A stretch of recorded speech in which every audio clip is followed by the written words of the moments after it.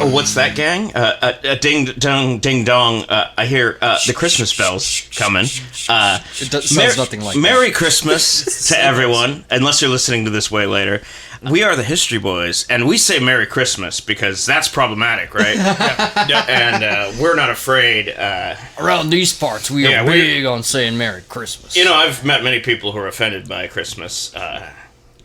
Most of them are me, causing a scene. Either way, I am Christopher Whedon. I am a History Boy, and that's what you guys are listening to. Hell yeah. I'm Tyler Armitrout, the voice of Sleigh Bells. Yeah, he did. It was good. He did do that. Creating a Christmas scene of my own. Here with all my fellow Christmas boys. Yeah. Christmas History Boys. So all in person too. That's what I'm doing. We got Christmas lights up. I'm just gonna say that. Yeah. In the studio. Oh, and the snow is falling. It is. It's snowing out. Yeah. In Seattle, which is not that common. Yeah. Yes, it's true. It truly is going to be a white Christmas. A white Christmas supporter, History Boy Zach Meck here. That does not make me racist. No. It just means... we need to make Christmas great again. We need to make Christmas white again. Yes, exactly. And I am Jerry Nash, of course, your humble History Boy. Humility. Indeed. Thank you so much for listening, as always. And today, gents... Oh.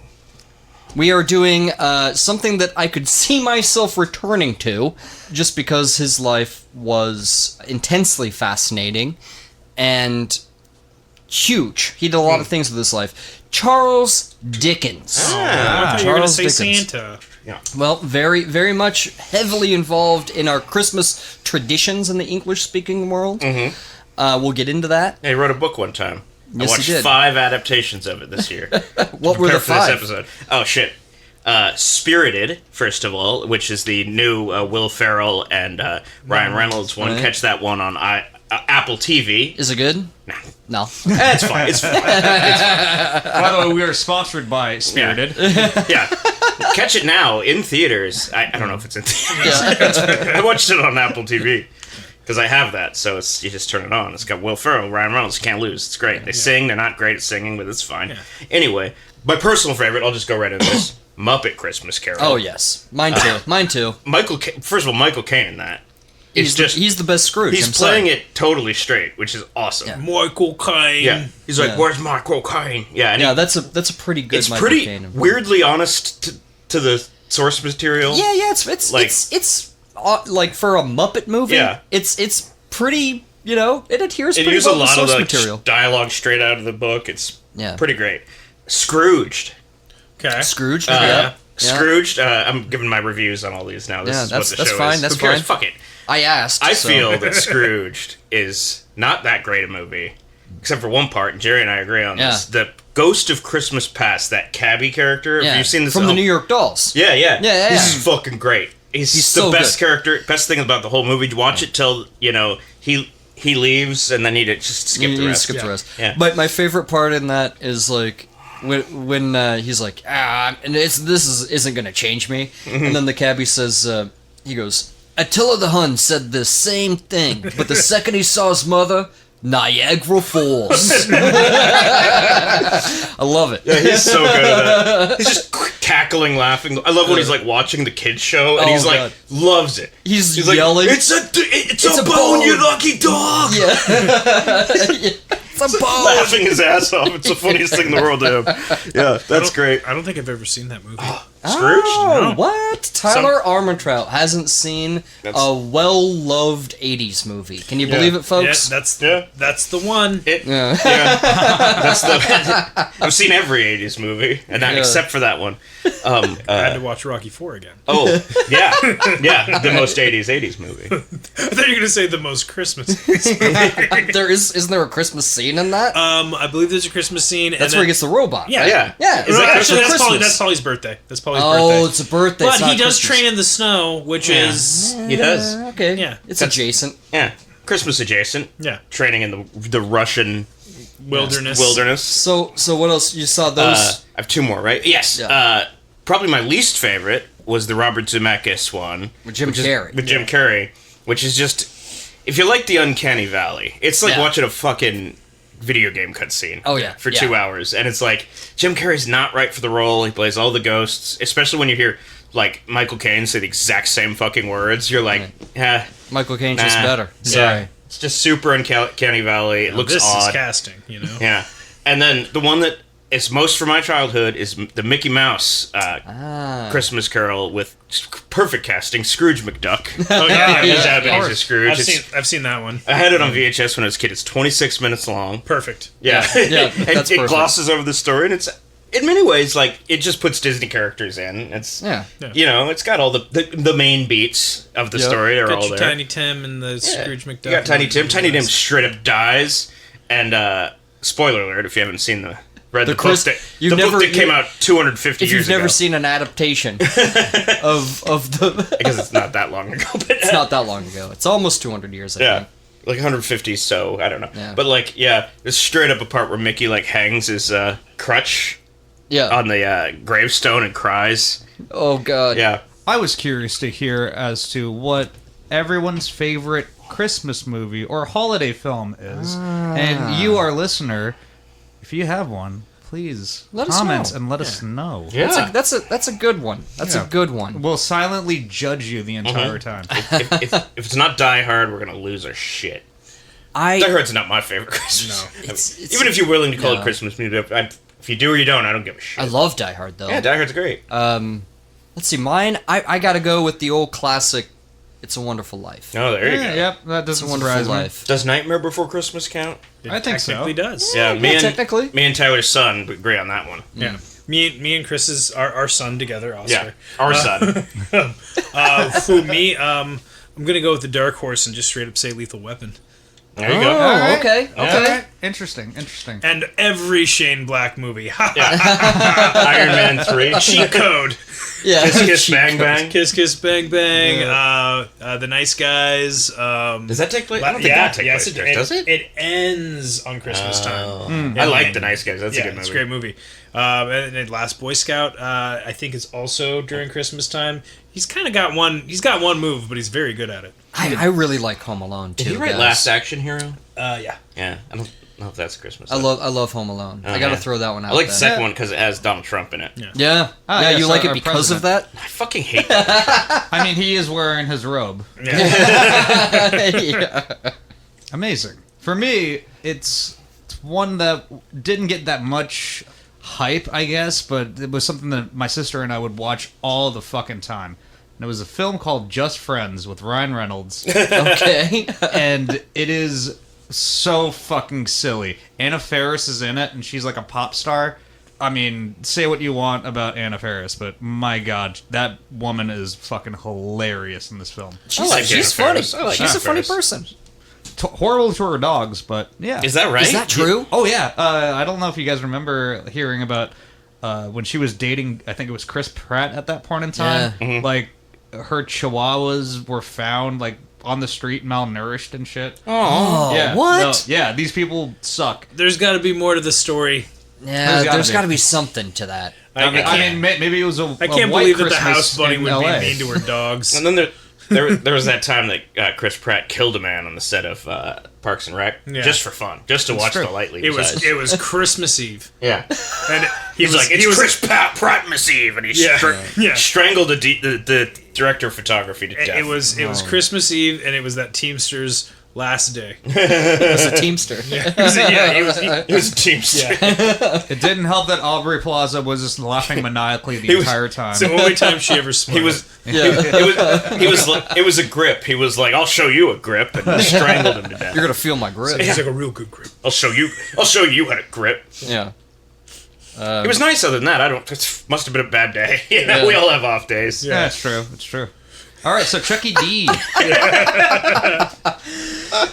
Well, Charles Dickens is considered to be one of, if not the greatest novelist of the Victorian era, the 19th century, and maybe in the English language as a whole. Okay? Leo Tolstoy considered him as such, although many consider Tolstoy to be the greatest, right? Yeah, it's like when somebody says, "Oh, wasn't there some comedian?" Or they're like, "You're the greatest comedian of all time." And he's like, "How dare you say that when Richard Pryor exists?" Yeah, right. Yeah, or what was it? Jordan Peele was like, "You're the greatest," and he's like, "No, you're not. You're not talk shit like about John Carpenter that way." Exactly. Yeah. Now, the span of 20 years, he wrote 15 novels, 5 novellas, and countless short stories and articles. None of his books have ever gone out of print since they've been published. Mm-hmm. That is quite the feat, my friends. That's not one of them. Wait till the liberals get a hold of it. They'll be... Liberals aren't trying to ban books right now. That's very fair. Yeah. Did he ever get anything published in Playboy or like after his time. All right, well then, not that great to me. All right, yeah, that's where I get all my reading done. Yeah, I'm sure. I'm sure you read it for the articles. No, I read it to jack off, but then afterwards, was a refractory period or whatever, and that's when I'm reading all them articles. Yeah, specific. I don't know why I'm talking like I'm like. You gotta read them articles, It's 2022. Wait for things to bounce back. Yeah, things are separated now. In his most well-known and most adapted story, one that we're gonna zoom in on the most. We already have. for this is, of course, The Christmas Carol. There you go. In that story, Charles Dickens helped define the modern ideas and traditions for the Christmas holiday and season in the English-speaking world. To say everything, this is something I just want to note. I want you all to know. To say everything about Charles Dickens, about his life, to really touch on everything, would be nearly impossible. Mm-hmm. Okay, it'd be even if we did dedicate 5 episodes to Charles Dickens, it'd be nearly impossible to really go through all of it. Is he one of those guys like throughout his life, and maybe we'll get into this, but like. He just meets all these people in Victorian England. Like, yes, he met everyone. It's like Forrest Gump, but Charles Dickens. Yeah, exactly. Yeah. Exactly. Perfect. Okay, that's his life. Yeah. Moving on. Watch Forrest Gump next. Yeah. Or don't. Or don't. Yeah, fuck it. Yeah. Now, Charles John Huffam Dickens. John Huffam. So basically, his dad had a friend named John Huffam, so he kind of put that in there. Yeah. They kind of did that at this time. It's like my buddy. Yeah. Yeah, it's like Tyler's son's middle name is Christopher Wheaton. Yes. True. Yeah. And, we went back true. and Huffam was named that because he liked glue. Yeah. Well, he was spray paint, He was born on Friday, February 7th, 1812. Okay. His birthplace in Portsmouth has survived, like the Blitz from the Nazis. Mm-hmm. It miraculously is still there. It's now actually it's actually preserved, and it's a Charles Dickens museum now. Oh. Is it the same construction, or was it like a new construction on top of the... And they probably retrofitted it. Yeah. But the house is still standing. Is this in London? It's in Portsmouth. Oh, you did say that. You literally just said that. Yeah. I remember when I was in London real quick, they would the side of these buildings, it was like old style brick London buildings. You've seen the them. Facade. Yeah, the facade is the exact word. Yeah. They would leave the facade up all and just scaffolding on the other side and then build the building just to keep the facade. I saw that all over the place. Yeah. Yep. Yeah. It's pretty popular to do. It's for historical reasons. I mean, I think I like that idea. That looks way better than like some of the fucking new homes we have in Seattle. There's like boxy bullshits. Blocks. Especially, one thing I really don't like that's very popular is like they'll have like an awning with like these cables that look like they're holding up the awning. Yeah. I fucking hate that. Yeah. It's so utilitarian.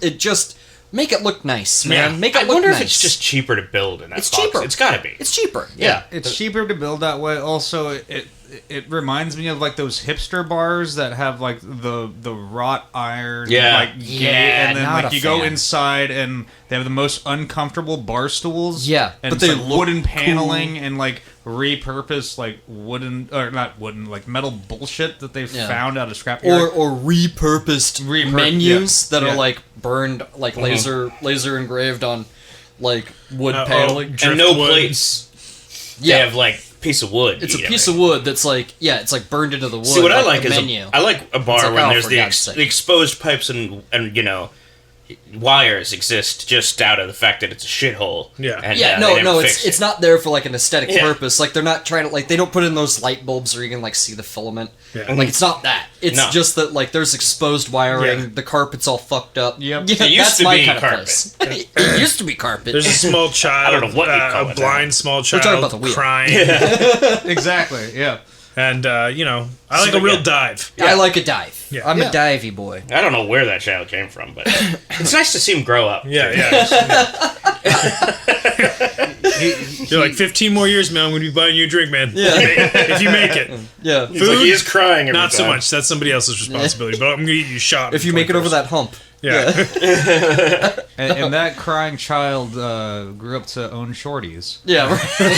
I thought you were gonna say that crying child grew up to be Charles Dickens. Yeah. I mean, that too. You're Richard actually Nixon. you're not a lot far off. Anyway, well, John and Elizabeth Dickens, his mother and father, now they moved around a lot, like an intense amount. Like even his biographer. By the way, sources. Let me just mention my sources Bust here him out. real quick. We're really speedrunning this.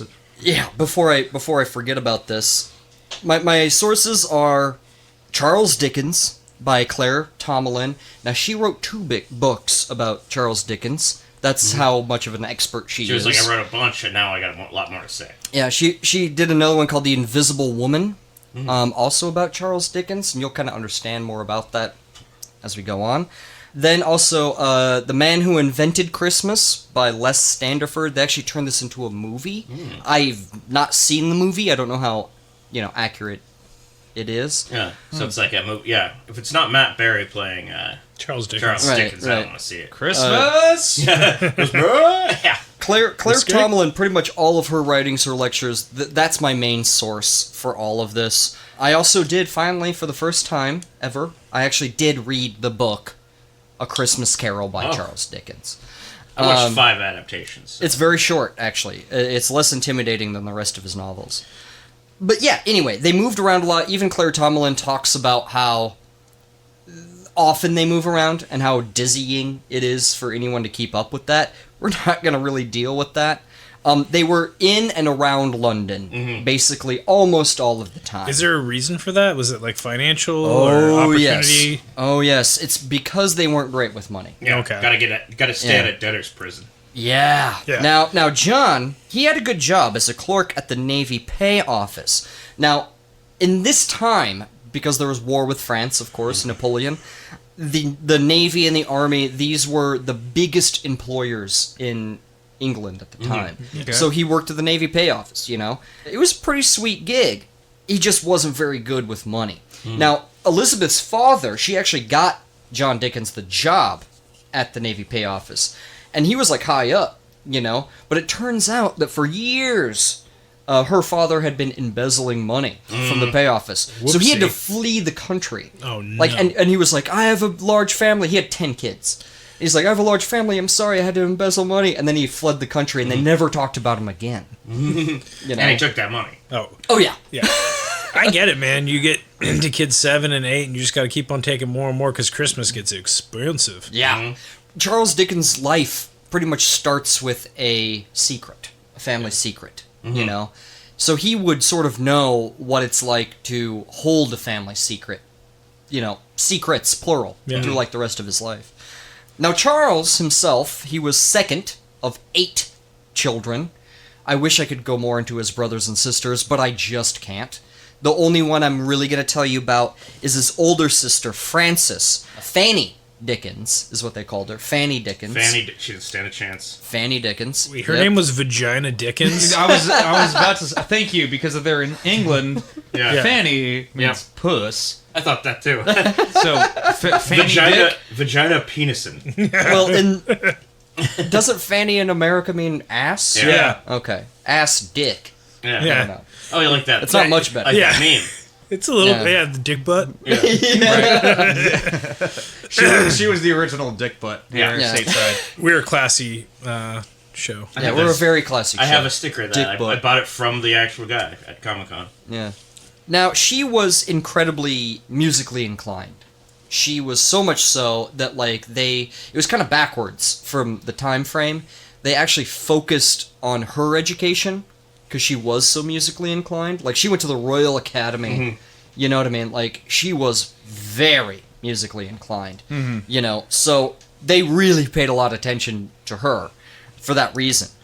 Now, little Charles, he was a gregarious child. He liked singing funny songs. Yeah. Like him already. With his sister, you know, doing accompaniment. He really liked doing impressions of other people. Okay. People he saw on the street, you know, people they knew, things like this. It's got to be rough. You don't have Christopher Walken. You don't have Jeff Goldblum. Nope. Who are you going to impersonate? No, Arnold Well, Schwarzenegger. You know, the chimney sweep. Yeah. You know, so like, you know, he even sort of wrote in this way where he'd leave off letters, you know, and some people didn't like this. They were like, this isn't good writing. Yeah. But, you know, like, Yeah, it would be like way Who like... remembers those assholes? Yeah, yeah, because that's what he'd Right. focus on, right? Like, were the down and out people, not the important people, the sort of everyday people, you know. But they'd be like, "Hey, Gov, hello, Gov," you know, like, "Oh, gotta just Roger on. your chimney, eh, Gov?" You know, Rick-a-dick-doo. yeah, Oh God. yeah. So he would do that kind of thing as a kid. Everyone thought it was funny, you know, like Yeah. they That's thought pretty he was. good. Well, it's hilarious. Yeah, Yeah, that's he good. liked performing. He loved the theater. You Loved mean the theater. theater? Yes, it was his. Theater? It was his first love, the theater. His first love. He loved going. As often as he could go, he would go, and he knew too that performing was way more fun Yeah. than seeing it. You know, he Yeah. wanted to be. You know, whether it was doing, you know, the curtain, or doing the lights, or doing the makeup, or whatever, he wanted to have He something wanted to put on a do. show and entertain these yeah, people. man. I have honey, no idea no. what that feels like. He Oh, loved honey, doing that. no. Just run away. You do not want to fucking work with those assholes. Those diva prima donna bullshits. No, run away. The money ain't that good. Yeah. Settle Sounds down. like you might have some stories. Well, what are you talking about? Well, especially in this day, actors are looked down on. Oh, you gross. Know, they're Exactly, not yeah. of high See, it's society. historically yeah, that's how it should accurate. be. Yeah, It's like the Guardians of the Galaxy Christmas special. Yeah. Holiday special. Oof. yeah, I don't want to get those libs down my throat.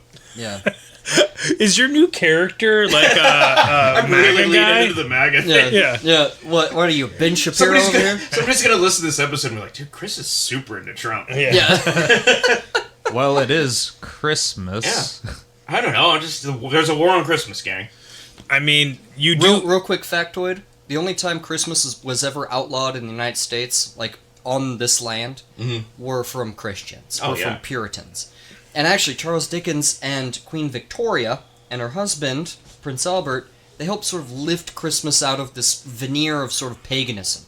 Like, they didn't like it because it smacked to paganism a little too Yeah. That's my much. favorite part about it. Yeah, and so basically, I mean, people. This is a story for another day, definitely. But like, people, you know, it was almost like Memorial Day. Like it, you know, Easter was a bigger deal than Yes. Christmas was. Ugh. You know, The eggs? Come on. They were like, we gotta sell some goddamn toys. I like Christmas because I want to know, what am I gonna get? what am I? What am I gonna get? What am I gonna get? All I'm gonna say is eggnog is better than eggs. Yeah. It is. That depends on how hungover you are. Yeah. If you're hungover, I want eggs. Oh, I love eggs. The last thing I want is eggnog. But they got that avian Yeah. flu going right now. It's hard to buy eggs. Is that true? Yeah. Can't get Oh, avian that's too flu bad. from eggnog. I guess. Or not. hot buttered rum. I guess not. Or Bailey's and Kahlua and whiskey and a cup of coffee.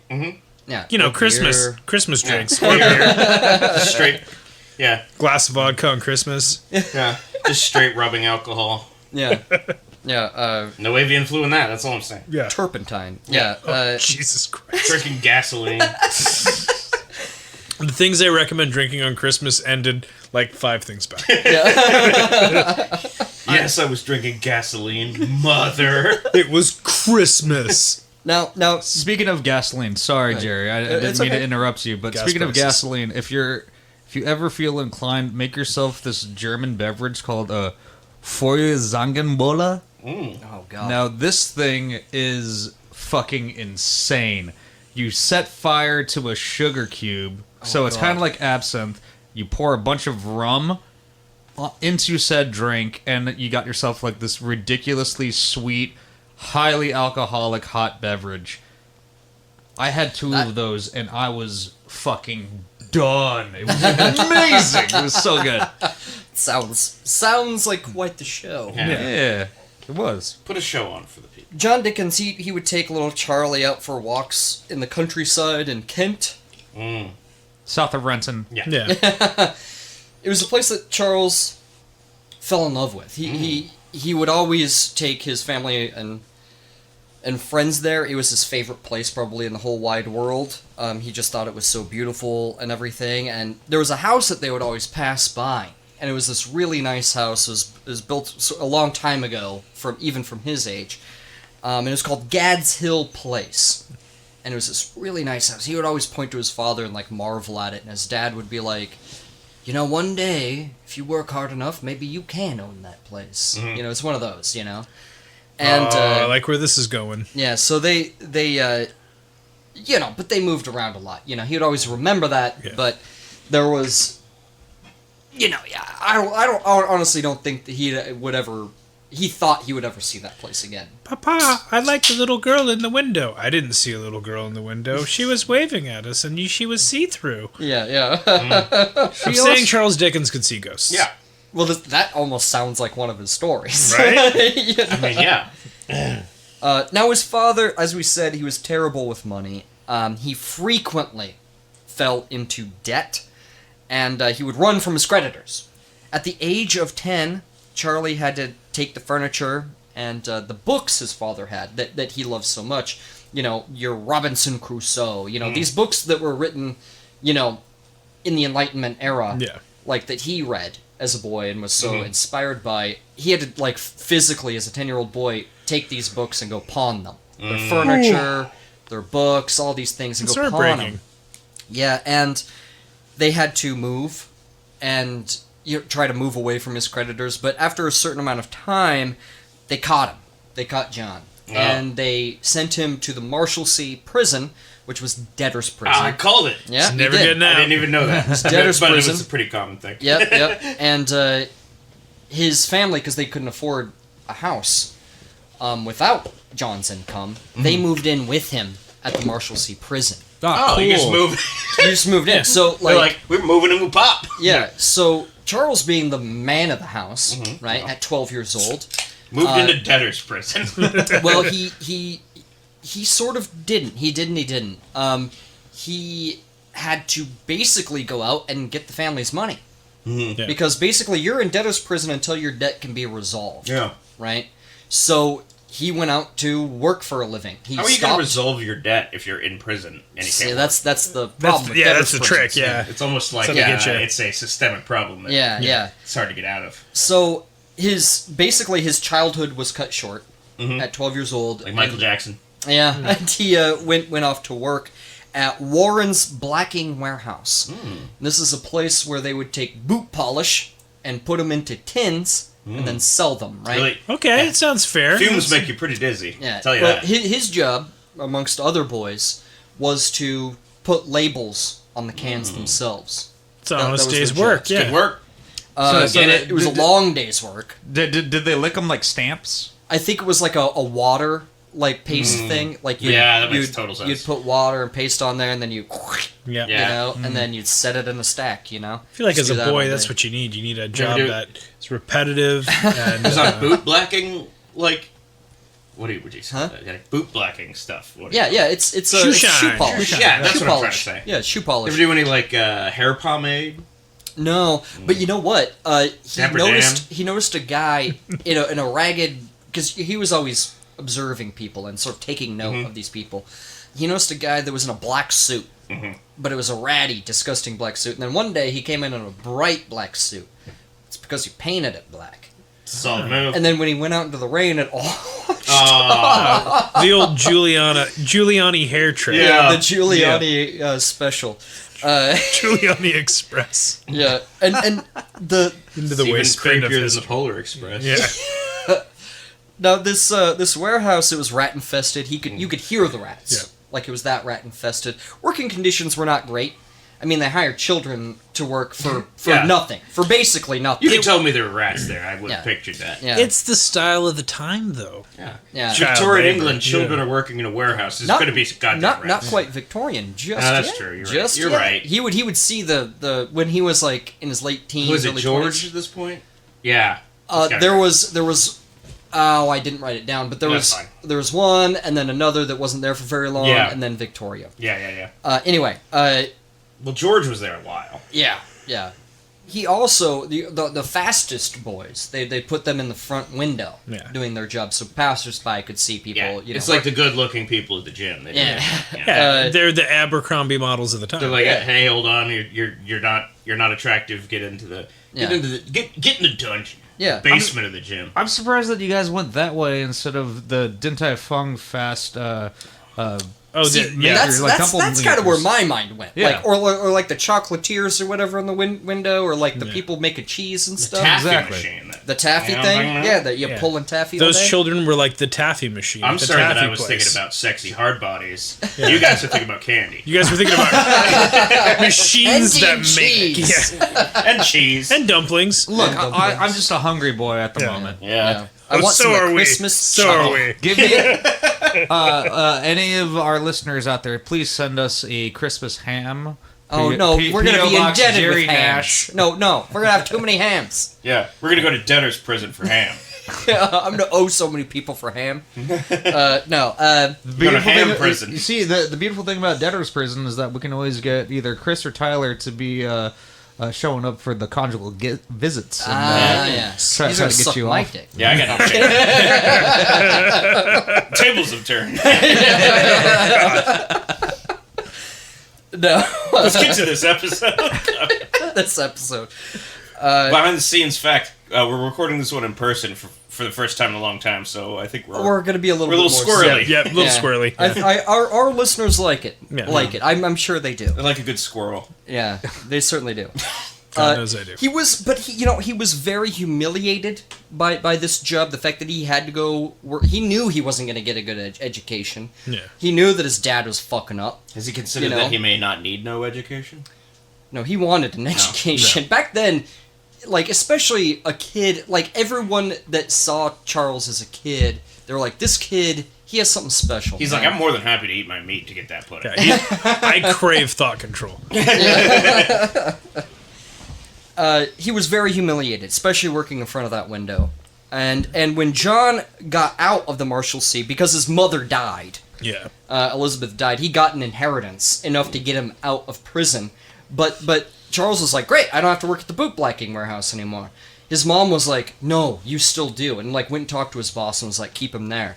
And, like, dude, What a good mom. Yeah. yeah, and Charles was like, are you fucking kidding me? Yeah. And he even had this to say about it. He had this to say. He never told anyone about this part of his life until much later. And when he did, he got quiet and he, like, stared off in one direction, like it was like a traumatic thing for him. Like fucking Jaws. Yeah. Yeah. And It was here's- his Vietnam flashback. and here's what he had to say when it was brought up for the first time in his life since this. Here's what he had to say. Quote, I never afterwards forgot. I never shall forget. I never can forget that my mother was warm for my being sent back. End quote. That he was just like, I couldn't fucking believe it. I couldn't believe that she wanted me to work there. Yeah. Like, I thought this was something out of necessity. I thought this is something that I could leave the second he was out of prison. He could go work. I could get an education. That's not what happened. In fact, there's something that I think this bothered him the most. When he was working one day, his father and another man walked up to the window. And, you know, he probably said, oh, there's my son working. Mm-hmm. And the other man, like, out of, like, deference, out of, like, charity, gave little Charles, like, some money. Oof. And, like, a deep bow and stuff. And, Yeah. like, Charles had to accept it. But he thought, like, my God, this is so fucking humiliating that I'm taking a fucking charity from this guy my dad knows when he's walking around not working. Yeah, You know, that's what the it's fuck, like, we're man? gonna go get fucked up. Yeah, right? Yeah, exactly. Thanks for paying my tab, kid. But once he stopped working there, and he did have enough money to finally go to school again. His family never talked about it ever again, as if it never happened, and he really resented them for that.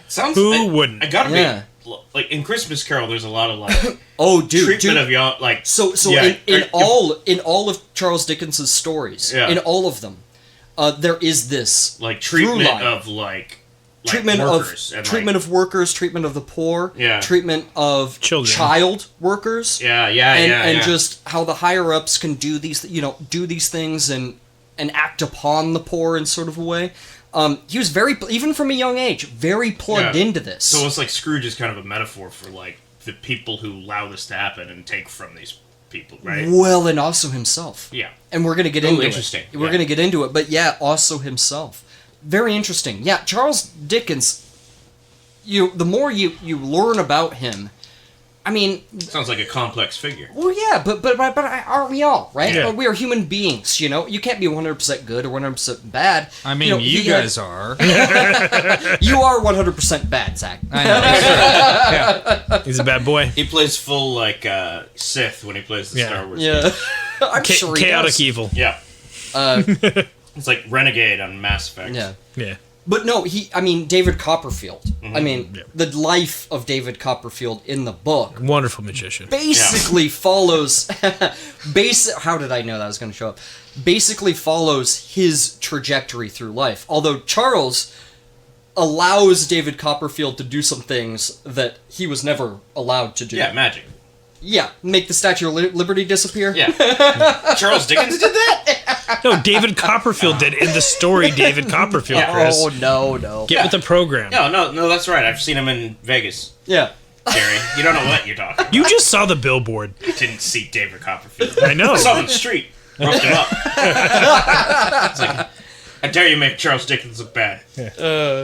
Soon after John got out of prison, Charles and Fanny could go back to school. However, it wasn't long before John had more debts and couldn't pay for either's tuition anymore. No matter how much him in talent, debtor's prison. Yeah, I know, right? no matter how much talent either of them showed, it wouldn't be enough. Can I just point out, he goes to debtor's prison. His son works to help him out. The inheritance obviously gets him out. Yeah. And then he's just like gawking at him in front of the window. There's my son working his working ass away off. for Look me. at this idiot.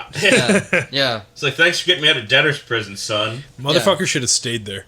Yeah. Well, he basically did it to keep his family afloat, but he didn't get him out of prison like the inheritance did. Yeah. So his dad just sucked at money. Yeah.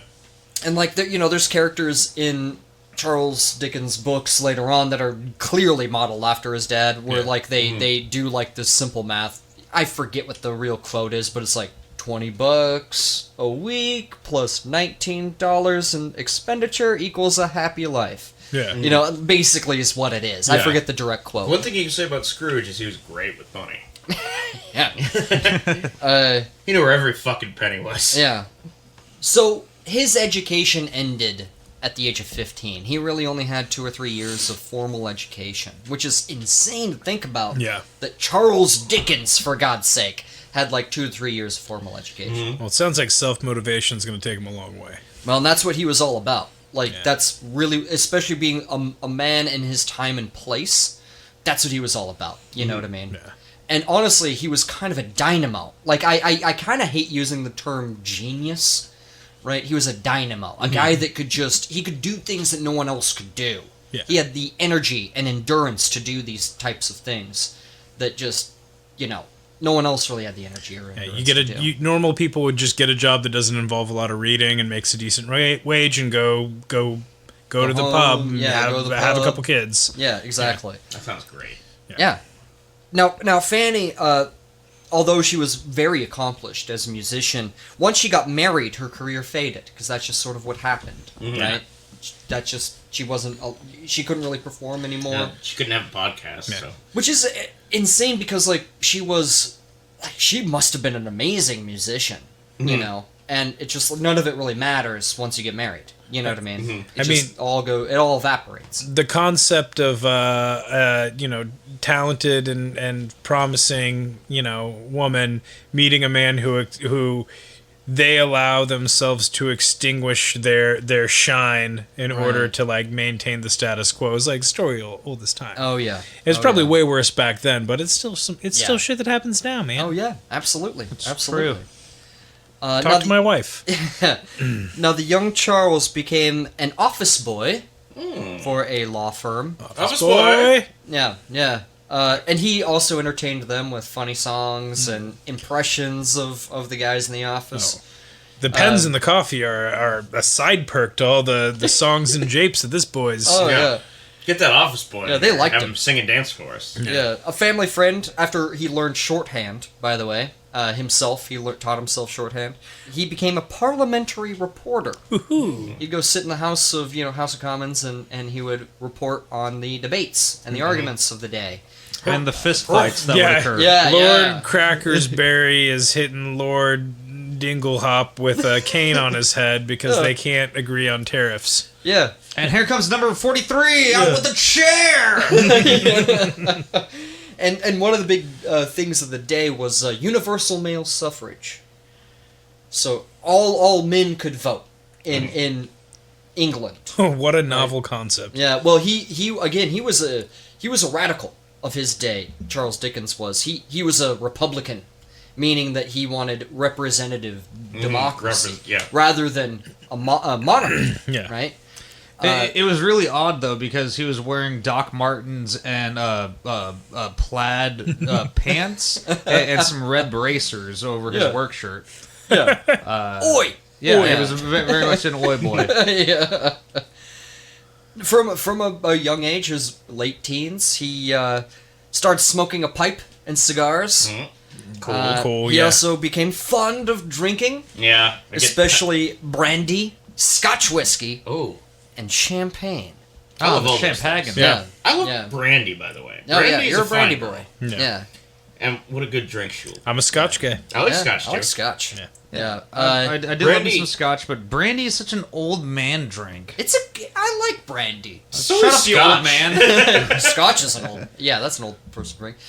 He would also drink sherry. Another old person drink. That's an old person drink. Yeah. That's like mom's having a sip while she's cooking dinner. Yeah, you know? right, yeah. Sherry's disgusting. It's by way the way. too sweet. Yeah, not for me. But he also liked those holiday party punches that they made of the time. I'll bet he did. Yeah, like Smoking Bishop. What's in it? It's basically a mulled spiced wine that is served hot. Ooh. Okay. A lot of the party punches of the day are basically that. Yeah. But Smoking Bishop, I just love that name. That's such a Victorian era name of something. I've got a bowl of smoking bishop. Smoking Bishop. Oh, Smoking Bishop. You know. Now you know it's a party. Yeah. Put my dick in the mashed potatoes. I mean, I was about to say, it's all about context on how you use smoking bishop. Like, Yeah. are you there for a party, or do you have a hot dick? And you want to see the doctor. I'm sorry, doctor, I have the smoking bishop. It does sound. I have a bit of a smoking bishop. It does sound like a Victorian era Venereal malady. disease. Yeah. My dick is festering. It's a bit of a smoking bishop. Now, as I said before, the theater was very much his first love. He went there all the time. And he even scheduled an audition to become an actor for one of these theater troupes in England. And it was like one of the bigger ones. Mm-hmm. And he caught one of his colds. He caught colds all the time. He's sort of famous for that. Fucking nerd. He caught colds all the time, and he couldn't go. And, people ever since have been saying, like, how different history would be if he became an actor and not a great writer. And it's like, well, I don't know. We wouldn't have Muppets Christmas Carol. Yeah, exactly. Yeah. Or we'd have Muppets Christmas Carol, a one-man show. Now, as a young man, he fell in love with a girl from a well-to-do family, Maria Brednell. I've heard it pronounced Mariah, although it's spelled Maria. Okay. But I've heard it How do you pronounced solve Mariah. a problem like that? Bednell? Bednell? Anyway, Bednell or Bednell? Anyway, her parents totally disapproved of Charles because his family was not well-to-do. His dad was a debtor. It sounds like it. Yeah, It was the negative money. Well, yeah. So they disapproved of their courtship, and they actually sent her away to Paris to study for like a year. And they were like, "You tell Charles you're cutting it off with him," because they could see that they were getting close. She can marry a kick-ass marquis. Yeah. Well, she married a sort of well-to-do guy, but yeah, she cut it off with Charles, and like he would like pass by her house. He was so distraught that like he almost stalked her for a little while. Like It's what you did All back the best then. authors do. yeah. Almost. Like the best, like He walked by her house. I And feel he didn't like look in the windows or Poe anything, and but Dante and all these guys like were just like so in love with some chick for their whole life, and like if you did that now, you'd get a restraining order. Like, well, he kept sending her letters and stuff like you're the like- only person I could ever love. people are like, what a hopeless romantic this this old author was. Meanwhile, the same person now is doing it. And they, Have you ever been a teenager and your heart broken? That's what he was going through. yeah, Yeah, I jerked off quite a bit. and then got the fuck over it. Yeah. Dear Lord. Oh my God, that shower Just thank drain God was that so 8chan fucking, didn't exist back then. You couldn't go on a message board where a bunch of other guys are like, It was like, "You're just too nice of a guy, man. They didn't deserve you." Hashtag not all nice guys. Yeah, Not no- all nice guys. She just wants another jock. Yeah. Yeah. Yes. Get off the message boards. Go write like the great. Go write the great American novel. Go do it. Or the great British English novel? English. Go You for know, it. go write a novel. Yeah, go for it. Use your unrequited sexual energy towards things that don't involve guns. Yeah, things that are good, positive yeah. things. Back in the day, they wrote a fucking novel. Now it's Yeah. Or poetry. Yeah. Yeah. Now they shoot up a school. Yeah. Yeah. Yeah, well, they didn't have machine guns back then either. It's taken them a long time to get through that whole school. Dear God. Reloading the musket each time. Yeah. Are you going to kill me? Are you going to kill me as well, Like, sir? hold on, I gotta, Wait 15 minutes. I gotta Hold on. reload my blunderbuss. Master Skywalker, what are we gonna do? Right? That kid was English. Yeah, he was. Yeah. Sounded like he was from a Dickens Anakin novel. showed up to save him, and he's like, "What is this fucking Charles Dickens bullshit?" You already killed Algernon. What about me, sir? Are you going to shoot me? Yeah. Yes, I am. I'm going to shoot you too. Bah humbug. Bah humbug. Anakin Skywalker. And he had a blunderbuss. Fucking hated Christmas. That was the Star Wars Christmas special Yeah. for all those that have never seen Anakin it. just It's go the around reason why it's shooting children banned. with a Yeah, blunderbuss. it's true. I would rather watch that than the actual Star Wars Christmas special. I've never seen it. I kind of want to watch it out of It's- morbid curiosity. it's- It's hilarious. hilarious. It's hilarious. So bad, but It's- so good. I wouldn't even say it's hilarious. You know, if I could just have a soapbox for 10 seconds here. I think as a long-term, lifelong Star Wars fan, the Star Wars Christmas special is unwatchably bad. It's not funny. It's not like It's very funny. it's so funny. There's a part where like Chewie's like dad is wearing a VR headset and it's like Watching weirdly porn! yeah, He's it's like jerking off. yeah, He's it's jerking like off jerking in the yeah. middle of the living room Yeah, it's on like- Life Day. Like, that's Yeah. amazing. There's Yeah. like a 15-minute section where the Wookiees are having full conversations with no subtitles. You Yeah, know, just in Wookiee. the Wookiees just live freer I've than we no do. idea. I've no That's idea all. what the fuck they're talking Yeah, about. well, clearly Wookiees don't have the same, hang-ups we have, the same puritanical Yeah. hang-ups. Well, there was no Charles Dickens to kind of codify their Yeah, yeah. Life Day celebration, so they It's have true. to watch porn. Yeah. And, So what you're saying is on Christmas no, we'll be no. watching porn and jacking off in front of our family if it wasn't for this asshole Just like- Charles Dickens. if you're a Chewbacca, then maybe it would be successful. Chewbacca's dad. Yeah, his- Or Yeah. Carl from Aqua Teen Hunger Force. Yeah. yeah. Well, that's before he had to go to work at the factory as a boy, It's true. and then eat glue on Christmas Day. You got to boil it first to get the glue soft. It's true. Yeah, no, absolutely right. I remember that, except for the robots and the lasers. Yeah. Now, much later, Mariah Beadnell, she would contact Charles, and they would kind of have a correspondence. And he's like, "Oh, I've always had a fondness for you. Not I love you, but we will always have a fondness between each other." Yeah. And to use her own words, she was like, "I don't know, because this is later on. She's like, I don't know, I'm fat and toothless now." And he saw her one time, and then totally shunned her. Oh no! Nice. Yeah. She let herself Hashtag down. nice guy. You know these women, they They were get both married. married. They were both married. They get married. If anything, I let myself go when I got married. And how? But yeah, he really liked to observe people and the places and write about them and make sense of them, and these things. The first of his writings, they were sort of done this way, just writing about the places he saw and the people he saw, and sort of creating, like, when you like people watch on the bus and you kind of like make up like a little story for Yeah. them and the person they might be like that's what he would do, Yeah, right? be like, look at this asshole. Yeah. Yeah, that's basically what this was. And he turned him in like under the cover of night and totally anonymously under a pin name. Boz was his pin name. Lerman. And the reason why I chose Boz, I saw the Boz Skaggs thing coming. The reason why I chose that is because his youngest brother, Augustus, named after the Roman emperor, by the way. After Gloop. Yeah. Augustus, the Roman emperor. His little brother had a nickname Moses.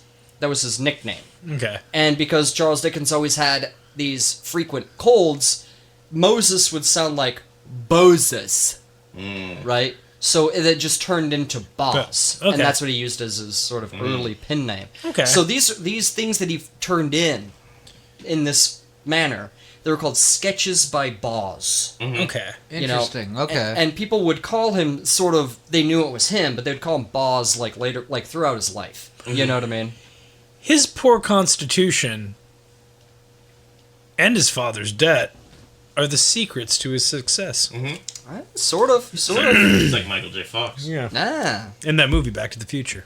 Yeah. Zingity ding ding. In Spin City. So that's curious to me. I wonder if this is back in the old timey days where like Cockney rhyme slang was a thing. Like It limericks? absolutely was. Absolutely was. Well, yeah. So like it would make sense of like, all right, Charles Dickens, Chucky D. Chucky D always gets colds. He mispronounces his brother's name, Right. so now he's Boz. Right. Hey, Boz. Buzz? Like, Yeah. Oi, boys. Oi, boys. And he would write phonetic. Did I mention that? He would write phonetically. Yeah. Yeah, for these people. Not everyone liked that. Sometimes that can be pretty hard to read. Well, it's accessible for the people of the time. Have you read A Clockwork Orange? Oh, God. Yeah, there's a have. glossary in the back. There is, for yeah. that. You're like, can I turn on? How do I turn on subtitles? Or like Train Spotting. Yeah, There's that. Trainspotting. The Butcher Boy. Any Neil Jordan film. Yeah. The things that happened, though, like these sketches by Boz, it got him noticed. Several publishers like start contacting him, like, "Hey, dude, have you ever thought about like writing maybe a couple of installments of like one story over the course of like months, and then putting it all together into like one book? It's like we could John do that." dies at the end. Yeah. Yeah, we could do that. And so he was like, yeah, let's do that. And I'll be Charles Dickens, you know? Like, I use my real name. You know, so that's how he kind of got started with these sketches, right? He wore his hair long, pretty much all of his life. Like you me. know, curly, long curly hair. He didn't always have the mustache and the goatee kind of a deal. Yeah. In He didn't fact, want to look homeless. yeah. Well, in fact, there's a couple of portraits and pictures that, you know, have that. He kept it in his later life, but like his friends would be like, well, let's wait to do the portrait until he's clean shaven. But he just never went back to clean shaven. He's like, I'm doing that shit. He's like, if you don't want a portrait up here, you're not going to want a portrait down there because the carpet matches the drapes, baby. Balls in the house. Oh my god. Talking about my ball hair. Yeah. Yeah. And he was doing finger guns. Yeah, he's doing finger guns. Finger muskets. He liked to dress nice, and actually in brighter clothes than what most people were dressing in the Victorian time. Punk as fuck. Yeah. I like to imagine he was like a full fop. Oh, people called him a dandy. Oh, yeah. I He like was a that. dandy. The fop was like the last generation, like in the 1700s. Yeah. This is like mid 1800s. He was a dandy. Ah, to be a dandy. Oh, Yeah. man. Fops, they had it. They knew what was up. They knew what the fuck was up. And I Guys. want to go back to that. They knew what the fuck was up. The fop was up. Nice. I love. You see fop humor so rarely in our modern age. So I like that Sunny where they dress as fops. Oh, Oh, yeah. absolutely. It's He's great. like, no, this fop shit. Glenn Howerton plays the best fop. Flush the pinky. Yeah. When Rob McElhenney does the yes, and he's like, draw it out. He goes, draw it out more than that. Yeah. No. Yes. Always Sunny. Let's just talk about that. Yeah. Now, his first work that he did this way, he published in monthly installments, and then would become a novel, was called The Pickwick Papers. And in his lifetime, The Pickwick Papers were probably the most famous thing he did in his lifetime. It was an international fucking Phenomenon? success. It was a phenomenon. It was his Harry Potter. Oh, dude, it was huge. Like, some people even said, like, later, they're like, literature is not the right word for what this is. It was so Like big. a phenomenon? It was, yes. Yeah, it was like- so big that, like, it stretched, like, it went into America. It was huge in America. It went all over. There's even graffiti of this era on the pyramids of Giza Being like, that "This are fucking shit referencing the Pickwick rules." Papers. Right? Oh, wow. Yeah. So this was his Twilight. Holy shit, that's amazing. It's his Da Vinci Code, if you will. Yeah. I like you just keep mentioning terrible writers. Oh, no, we're mentioning popular writers. Yeah. We are. He was both. He was popular and amazing. Yeah. There is no modern equivalent of Charles Dickens. There Stephen just King, isn't. Michael Crichton, no? No modern equivalent of Charles Clive Dickens. Sorry. Cussler? Nope. Especially not Clive Cussler. I don't know. Whoever wrote 50 Shades of Grey. Well, I think it's Maybe, pretty honestly, close. maybe Stephen King comes close. Yeah. Maybe comes close. Is this but- pre or post Coke? The coke never stopped with Stephen King. I'm pretty sure he's on cocaine right now. just the level of ubiquity, you know what I mean? He's on there arguing with Elon Musk as we speak. Just Oh, like, is you Both of them are motherfucker. coked out of their minds. Yeah. It's the rich man's drug, for sure. It rocketed him into stardom, you know what I mean? And I do mean stardom. Yeah. You know, and it like the Queen Victoria herself read the Pickwick Papers. Oh, you know? wow. Fucking insane. In fact, he had to kind of get litigious with his publishers because he signed a contract first, but then once you start selling like hotcakes, it's like, man, I could be making more money. You're making all the money. Yeah. Come on, let's renegotiate contracts. And they're like, no. Right. You know, and so he got litigious, and he would be, and he hated lawyers. He fucking hated Parliament because he worked at that fucking as a parliamentary reporter. You know, He's in a pod, man. I fucking hate lawyers and I hate the parliament. yeah. He's like, I hate all this red tape. I just think that one Fucking- man should control everything. Yeah. Keep it simple. Yeah. No, he wanted a democracy. Yeah, He wanted representational government, I get that. Representational, yeah, absolutely. fair. In I fact, guess. he looked at America as sort of like, this is great. This is great. Yeah. Too bad. Good thing he doesn't see what we were like now. Yeah. Well, we'll get there. Wait, he's still alive? He's like, Now, at times, because there was such demand for his work, he would be working on 2 books at once. Sometimes for a different publisher here and another one here. he'd have 2 typewriters, one for each. Writing with each hand. Wouldn't put it past him, man. Like, click, click, click. He wrote all of them with quill pens with blue ink. Jesus He loved Christ. blue ink. Yeah, sometimes 90 pages a month. Sometimes, What a dandy. Jesus dude, that's fuck. And that is just one aspect of his life. Because here's the thing: he would go on 10, 12, 15, 20-mile walks a day that he considered a necessity in his life. Helps him think. He's thinking through his Oh, stories. yeah. That's Oh, what he's doing. I guarantee it. absolutely. I guarantee you. He's thinking through his stories and he comes back and he writes. 2 or That's what 3 he's doing. miles, I can dig it. 10, That's insane. 12, 15, 20 miles a day? That's incredible. That's insane. But I do guarantee he's it's helping the Oh, gears. go. it's helping the juices flow, for sure. You guys are just getting me so fucking mad at George R. R. Martin right now. 'Cause he's Motherfucker. never walking. Yeah, well, not just that, but this motherfucker has time to walk 20 miles a day and write like a bajillion 90 things. pages a day. And Just finish your series, man. he opened a magazine. He helped found a magazine. His third job, right? He helped found a magazine where he was the editor of the magazine. He had all these contributors. He had Thomas Carlyle. He had Frederick Engels, because it was a left-wing newspaper. Okay. Much like Horace Greeley had Marx, Yeah. on as a contributor. He had all these sort of left-wing for the time thinkers of, to sort of talk about Talking about comedy stuff. Well, how shitty fucking English society was. How the fact that there was this giant difference between the rich and the poor. Yeah. More so than we've ever seen. Oh. No, We're getting there. in the mid 18 to late 1800s, especially in America, it was the biggest division of wealth in all of human history. I know, and it's taken us most of the 21st century to get back there. It took the Progressive Era to undo that. Yeah. And then basically post-World War II to now to undo that. Yeah. Right? So that's a story for another day. But they were highly critical, but he did all these things all at once. Yeah. 2 books at once. That he was writing monthly installments for. These crazy long walks and rides through the countryside with his friends.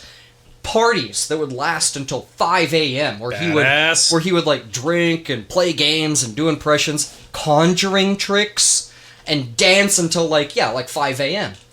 Awesome. Dude, motherfucker, he was out there. He was an extrovert. Aspirational character, I believe, is the nomenclature. Yeah.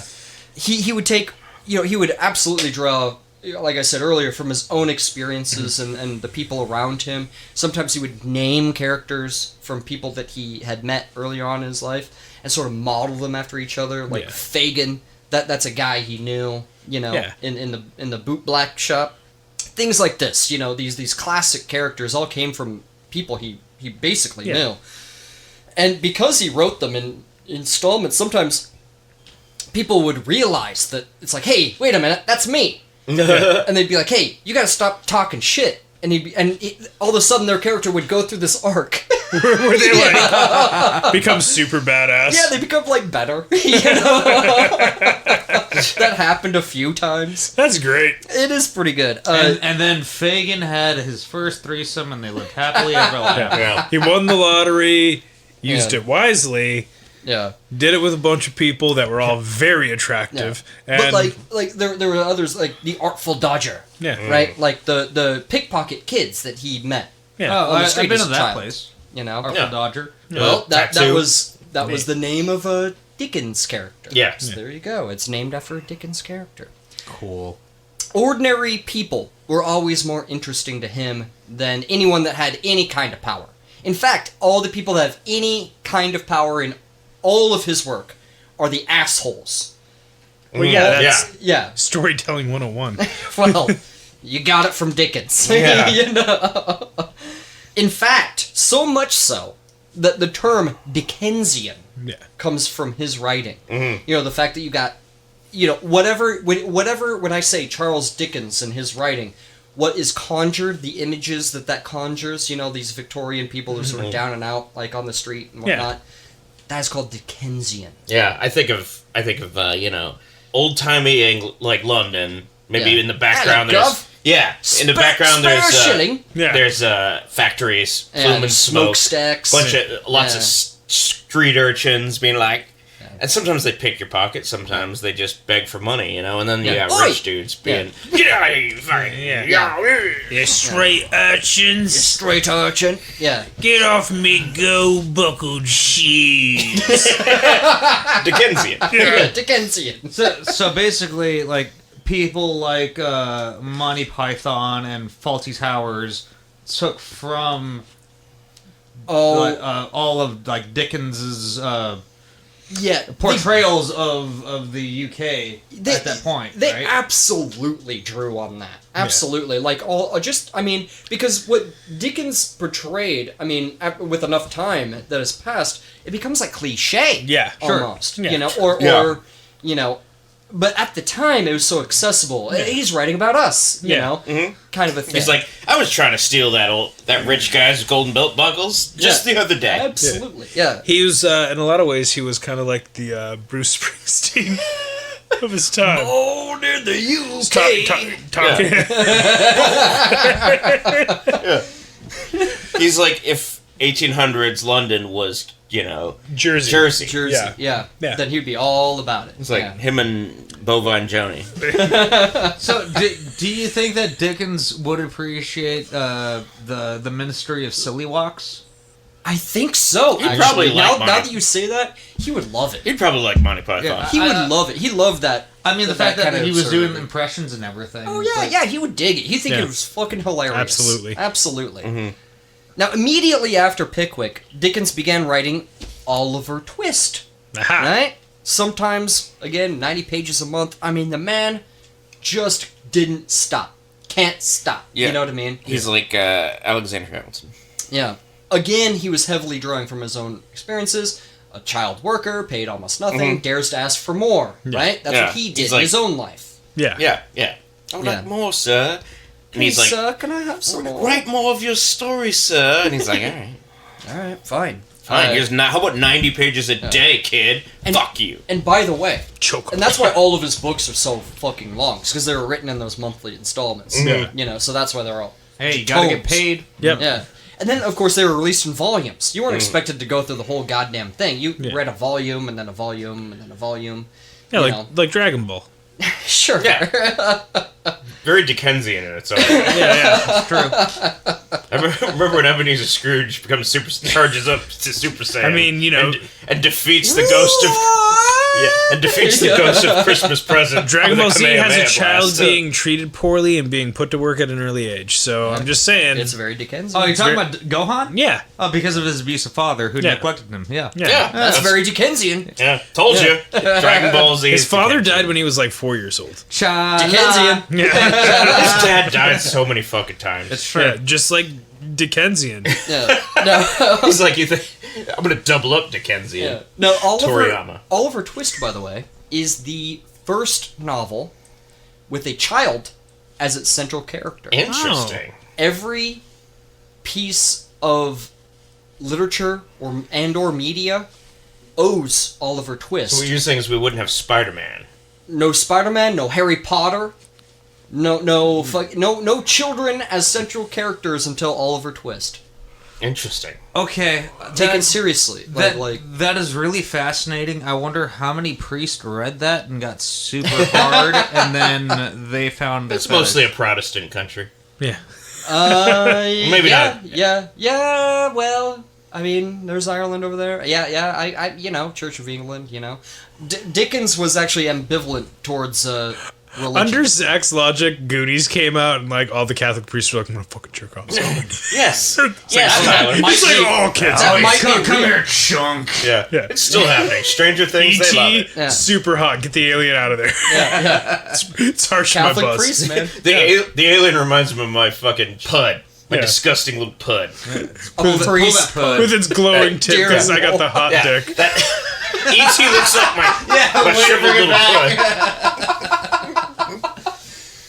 Oh my god. Is that not? I thought E.T. was based off of a shriveled priest pud. That's all. Oh my god. Glowing with his hot dick. Yeah. Supposed to go home. Yeah, what was that called? The Warm Bishop? The smoking bishop. Smoking bishop. Yeah. That E.T. was a bit of a smoking bishop. It's true. Also, funny enough, sorry interrupt, but there's also a killer band based out of Chicago called the Smoking Popes, which I love always think Smoking is Popes. hilarious. Yeah. Great band name. I feel like my great band mom's name, gonna be great like, "Oh, they did a classy episode on Charles Dickens Charles Dickens. It's for Christmas time. for Christmas." I'll check this out. My mom's very British. She's not. I also think Christopher. Christopher, I've checked out your. I'm going to listen to your Dickensian episode. I think we can get through jerking the whole off. episode without doing any jokes about his name being Dickens, and it sounds like getting dicked down. Yeah. So Well, if no, we you if just we did it. if we work around that, I think that'd be pretty. Sometimes he even called himself Little Dick. tricky dick. Yeah. He's being mean to people. Now, of course, a lot of his, they weren't just drawn from his life and events and the people around him. They were also making a larger political or satirical point, right? Because he could wrap the truly depressing in humor. Like, it could be actually funny, but it's a depressing situation. You know what I mean? That's what he was really good at, too. Yo, this little kid fall. I laughed my ass off and grabbed my balls. Yeah. That actually sounded pretty early 90s rap there. Charles Dickens. Yeah. Yeah, Charles Dickens. Yeah, he's. I was reading it verbatim from the Wikipedia. Oh, I thought Zach had You're like- bars. Also, by the way, I have been editing his Wikipedia. Putting way more hip hop in there. Yeah. Yeah. Now, one publisher that he dealt with, which were many, he dealt with many publishers, was a man by the last name of Hogarth. Now, he took a liking to Dickens. He would come over, Dickens would come over to the Hogarth house, he'd be invited for dinner and stuff, where they'd play games and stuff. He was very charming. Hogarth? No, Charles. I feel like Charles a guy named Hogarth. I just imagine a big, is kind of barely like the man. kind of like the Ghost Christmas Present, where he's like, "Come know me better, man." Yeah. You Come know? know me better, man. Yeah. Hogarth. Yeah. I'm Hogarth. Hogarth. Yeah. He had 3 daughters. Ooh, I bet he did. Charles Dickens. Straighten my tie. straight Right? tie. Charles Dickens, he started courting his oldest daughter, Catherine. Catherine Hogarth. They had kind of a whirlwind romance, and after like a year, I think they got married. And they had a short honeymoon in a place called Chalk. They went on a short honeymoon in a place called Chalk, England, owned by a woman named, this is the only reason why I put it in there, owned by a woman named Mrs. Nash. Ah. I Like just you. have to wonder, because my family comes from England, I have to wonder if some of them that stayed, maybe they're related. Where did you be like, I did a 23andMe, and it turns out I am being investigated for murder. But yeah, they were married on April 2nd, 1836, him and Catherine. Now, it was sort of clear from the get-go what kind of husband Charles was going to be. Basically, he ran the whole household. He decided where they're going to live, what they're going to be doing, everything that they're going to be was, and he made it clear to Catherine, like, don't trifle with me. If You I ever... trifling bitch. Yeah, if I ever get the hint that you aren't going to do what I say, and what he sort of meant by that was, if you don't love me, I will throw you out. So it's pretty much like, I'm running things. Yeah, It's exactly. his way or the highway. Cream corn. Yeah. Yeah. He was a real cream corn. Yeah. That's a deep cut. Yeah. That's from Black Dynamite, Yeah. folks. Go see that movie. I'm running things. It's so good. It's such a good movie. Yeah, me and my friend Matt Starr used to constantly quote that Running specific. things. And I remember going up to him. Sorry, I know we want to get the episode going, but I remember going up to him and go, so the other day, I was running things. Ha! I threw that shit before I came in the room. Yeah. Also, chocolate giddy up. Yeah. Chocolate giddy up. I fucked it up the first time. Yeah. How'd you get in here? I walked in. That's Black Dynamite. Yeah, the militant turned startled. He would even say later on to his friends, like, that this was the biggest mistake of his life, was getting married to Catherine. Spot Although Catherine gave him 10 children. 10 children. She knew how to ride that dick. Well, he And thought some- that sex was important for the health of a healthy man. Yeah, I bet he did. And even though he was sort of a man of science and knew all these people of science, he never did anything to stop it, you know? And it's like, come on, dude. Like, you know how this works, you know? Pull out. Something. Do something else. But Chucky D just dropping loads. Yeah. he was potent. This He is was a before potent Roe man. versus Wade. Well- and a different country. Well, again, abortions always existed, but Yeah, they they just did. never did anything to stop it. No contracept, nothing to ever stop it.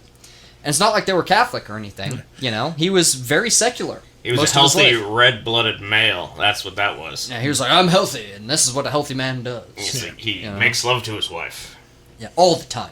Whenever Oh. she's not pregnant, basically. Oh, God. Even when she Pretty is much. pregnant. Yeah. Sometimes it helps the baby come out. I've heard that, but that's a bold strategy. Yeah. It's a bold strategy. So you're greasing them up. Yeah. It grease up the tubes, as it were. Not when you're close to getting that out, and she wants it out, and you want it out, and so she's Make like, a dent in their head. yeah. She's like, introduce him to E.T.'s finger. Oh, God. I just pictured like a prop you would get from like an amusement park. Yeah. That's what you're using. And it's like, phone home. Yeah, That's lights up. disgusting. It was a foam finger. The weirdest part about their relationship is that Charles adored her younger sister, Mary. She was like 16, 17, 18. I know where this is going. Yeah, he adored her. I'm Loved sure he her did. very much. You know, I don't think anything happened between the two, because she'd probably get pregnant. I mean, it's clear he didn't know what fucking, sexual protection was, you know. But that didn't happen. In fact, she actually died unexpectedly from a stroke or heart failure or something at the age of 17. Oh. And she actually died in Charles' arms, like in his arms. What is he doing around? He was balls deep in her. She was living with them. He would have his brothers sometimes would come in and out of the house living with him. His brother Frederick, his brother Augustus, I think, lived with him for a short amount of time. And they were so far apart in age that, like, they were kids, you know, sometimes, you know. And he's a young man. He's in his 20s, you know. So it's kind of crazy thinking about just how much happened to him at a very young age, you know. But when she died, he was so distraught. He kept a lock of hair in a locket.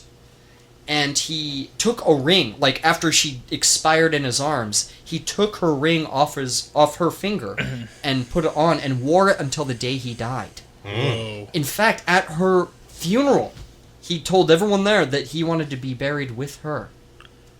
He was totally fucking her.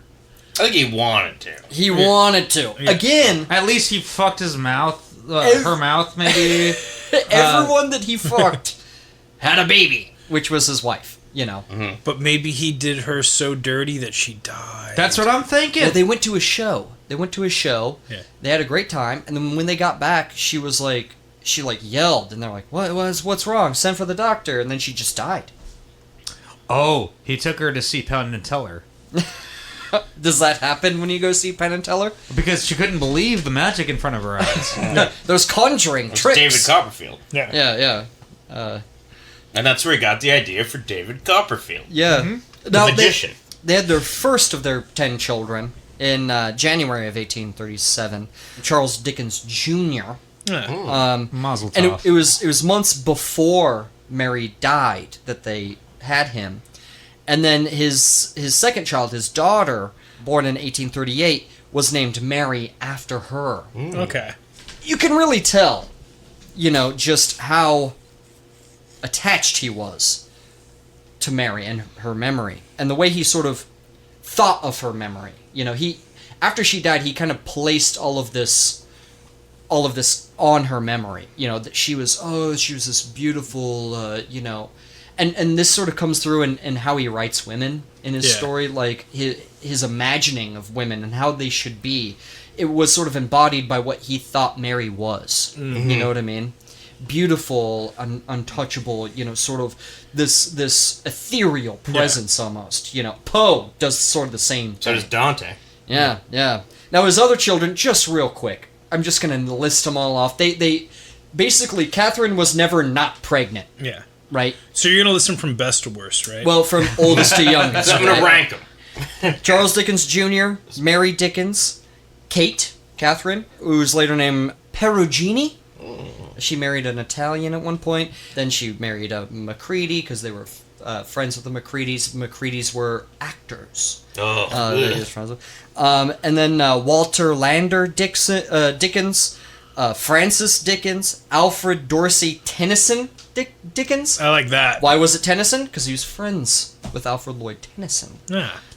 He's friends with basically all the important people of England at this time. He was like his godparent, Alfred Lloyd Tennyson was. Okay. Oh, okay. Sidney Smith Haldimand Dickens, a son of his. Henry Fielding Dickens, his only successful son in his own life. Okay. Sir Henry Fielding Dickens. The rest were a bunch of leeches. There was Dora Annie Dickens, who died at a young age tragically. And she did not have a backpack or a map. No, she did not.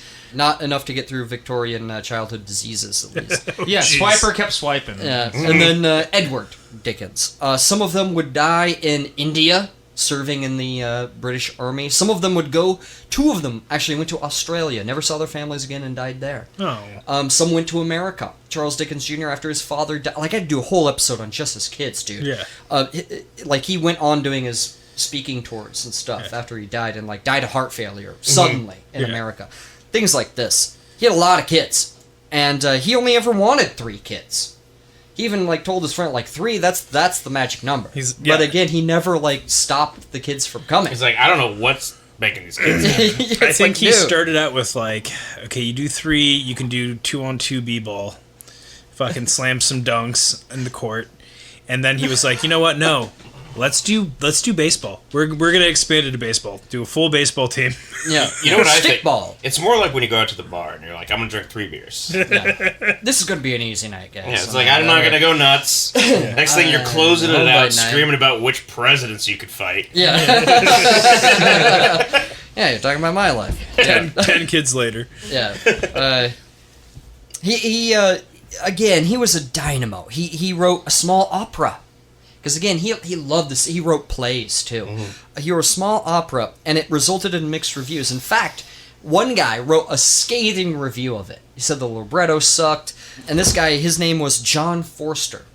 And when Charles Dickens read this review, he's like, I had to laugh because it was just written so well. Yeah.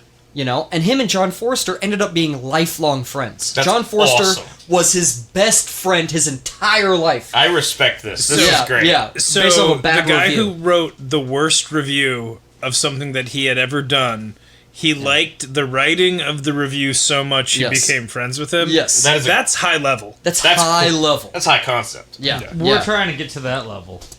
Yeah, they were. We'll get a How come you guys don't hate anything I made that much? We do. That one guy did. They were such good friends. Now, when people, go through his letters between him and Forster, they realize that there's a possibility. Mm-hmm. Or there's something going on here where they think that maybe Charles Dickens was bisexual, at least. Because of just a couple of things, okay? There's a couple of things. He said, our friendship will never end until death do us part, which is a marriage thing, right? Even in his own time, that was a marriage thing, right? Now, granted, at the time, if you wanted a social life as a man, you'd have a social life with other men. Yeah. Mm-hmm. Women were simply not invited, okay? Mm-hmm. Even if they were invited, they stayed up in like the upper room and could watch the party happening, but they couldn't be a part of the party. They wouldn't even get food. They'd just sit up there. See, nowadays we just talk loudly over our wives. Yeah. And they don't want to show up in the first place. I don't mind this all-ladies fun room I'm hearing so much about. And it was also not that big of a deal for men to be closer than they are in relative terms to now. You know what I mean? In the Western world, yes. Well, there's stories about, it wasn't weird for, like, James Garfield, right? To sleep in the same bed as another man, right? Out of necessity. Or Abraham Lincoln doing the same thing. Yeah. They were just roommates. Yeah. Sleep in the same bed. I mean, I think at that point they were doing tops and tails. Yeah. Well, he also gave Forster a box. And he said, it was like a present, and he said, it contains my heart. Aww. It was full of cum. I was going to say it's full of very detailed renderings of his spread ass cheeks. But, well, it's a novelist, so of course he describes it. Yeah. Now, it was a crusty sock. Yeah. Dear Lord. It's like Call Me By Your Name. Yeah. I never seen that. I've heard it's good, though. Yeah. But it's got Army Hammer, so... Yeah. He eats people. Yeah. He wants to eat people. Yeah, definitely. Isn't he, like, selling used cars now? Yeah, something like that. Timeshares. Timeshares. That's right. But Forster, he became his confidant, his manager, basically his agent. He read over proofs. He did all these things to basically help him out, He helped deal with publishers and stuff. Like, basically, without Forster, like, it's hard to believe that there would be a Charles Dickens without Forster, right?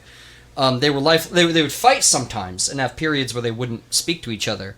But that's just what friends do, Just fuck that guy. They have blackout drunk, screaming at each other's faces at a party. Everyone else leaves. Been there. Yep, we've all been there. Yeah, minor tiffs and stuff as friends do. But Forster, he really brought him into, like, the happening world. That's how he met people like Alfred Lloyd Tennyson and Thomas Carlyle.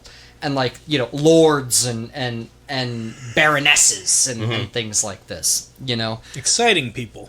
Yeah, and they all met him. They all liked him, He was, he's like, I'm going to write books about poor people. Yeah. And they're like, marvelous. Yeah, they were like, oh, it's about time and someone takes after the poor, you know. They considered eating cake. Yeah, right. Which, of course, you know, Charles Dickens would write about the French Revolution, Tale of Two Cities. It was the best of times. It was the worst of times. Indeed, indeed. Those immortal lines, right? I was talking about right now, but okay. Oh, yeah. Well, isn't that like sort of the message of that opening line that whatever time you're in is sort of the best of times, it's the worst of times. Yeah. Yeah. You know, it's just sort of, hey, you can relate, right? Yeah. You know? Now, we're going to really rush through this, guys, because, again, I want to focus on the Christmas Carol, because it is Christmas season. Mm-hmm. So from 1838 to 39, he wrote Nicholas Nickleby in installments. That was a movie. Yep. In 1840 to 41, The Old Curiosity Shop. With a story about Little Nell. Yeah. That's that down in died. Seattle, like in... Oh, yeah. Ye Old Curiosity Shop, which is where the Soapy Smith Yeah. mummy is. Yeah. That is true. His first historical novel, Barnaby Rudge, A Tale of the Riots of 80, which was a part of the Master Humphrey's Clock series, 1840 to 41. Notice how he was writing that at the same Barnaby Rudge as the same time as he was writing The Old Curiosity Shop. Right. Barnaby Rudge wasn't a huge success. 2 typewriters. I guess he didn't have typewriters. But He had 2 quills. two and quills. One in each hand. Yeah. 2 Yeah. desks, though. That's how rich He had this two. man was. He had You can his afford 2 hands discs. split apart like Ghost in the Shell, and he had Yeah. quills in between the tween fingers, and he was Each finger had a quill, Yeah. and he was Yeah. writing a story. Yeah. he was 10 like stories at once. he was like Freddy Krueger, but with quills. He was way less scary when you met him in your dreams. Yeah. Catherine was pretty much always pregnant. Always pregnant, right? This is why he started having sex with his buddy. Is he's like, wait, I can have sex and you can't get pregnant? I mean, His restlessness and discontent really started to emerge, right? One night at a party, he flirted with a young fiancé Ooh. of his solicitor's best friend, right? Just some guy he knew's like wife. And at this party, he grabbed her, he picked her up, and he ran down to the sea because it was like on the seashore. And he ran out the sea. I'm gonna fuck you down there. Well, he took her down to the sea. He declared that they were both going to drown there. In, quote, the sad sea waves. Yeah. And she I tried was to do like, that to Andrew once. she was like, no, fuck this. And she like ran away and like avoided him the rest of the night. That's what Andrew did. coming on a little strong, yeah. Yeah, it's coming on pretty strong. I'm surprised that he didn't go with. Baby, it's clear that you've never been wet before, so Dear I'm gonna make you Lord. wet. Dear salty. Well, it's clear that Charlie wanted to feel that, you know, that passionate love. Yeah. You know, like when you first fall in love with somebody, that passion that you first get. It's exhausting But he wasn't all the time. But he wasn't really ready for when that goes away. Because Yeah. it does. You Yeah. know, and he wasn't really ready for that. Yeah. You know? And his whole life he was sort of chasing that. Yeah. You know what I mean? Like Mariah Beadle, you know, what could have been if only I was so in love Yeah. with her. You know, that kind of deal. Yeah, it's a major plot point in Christmas Carol. It sort of is, yeah. He needs to get past that and get to the point where he can just walk He's into like- a room stirring a pot of macaroni and cheese He's and like, be if I like, wasn't- this is what good pussy sounds like. And then you and your wife laugh and laugh. And in the background you hear, just addicted to love. Well, in David Copperfield, who is a kid that his dad goes to debtor's prison and he has to work a job and then becomes a parliamentary reporter, just like Charlie. His first love, I think her name is Dora or Nora. I think it's Dora. She's an explorer. He Already did that joke. Today? Yeah. Yep. Oh, I must have been tuned out. he was allowed to marry her in the book, but then it turns out the same way his marriage with Catherine turns out, right? So like he kind of gets the best of both worlds, I Yeah. guess. You know what I mean? He still gets to be himself, but he gets to sort of fulfill certain fantasies that he feels he's missed out on. Oh, yeah, so he's pretty much like, this is what my life would be like if this old ball and chain wasn't dragging me Yeah. down. Yeah, I mean, really. Yeah. That's almost exactly how he felt. He did move around a lot. He visited a lot of areas in the UK, both for business and pleasure. I bet he did. But he got restless enough that he wanted to go to America. One of the people that was sort of encouraging him to do it from across the pond was Washington Irving, who you may know from which story? What's his most famous story? Sleepy Hollow, man. Everybody knows that. And Johnny Depp was in that. Yeah. Christina Ricci. Yep. Are you a witch? Because you've bewitched me. Yeah. She was like really young in that. Yeah. And actually, It was the same year she was, because same year Fear and Loathing in Las Vegas came out. that's right. That's right. You know, and they washed, and like, that's done with. You know, Yeah. you know what I'm talking about. Yeah, I do. The question mark was emphasized. Now, Washington Irving, he actually had a lot to do with the formation of our Christmas traditions as well. Story for another day, but Charles Dickens kind of built on top of that on what he knew from Washington Irving. When we celebrate, you know, a ghostly headless man riding through town on Christmas Day. I wish that was part of the tradition. Yes, I like spooky Christmas. Yeah. Well, ghost stories were a part of the Christmas celebrations in the 19th century.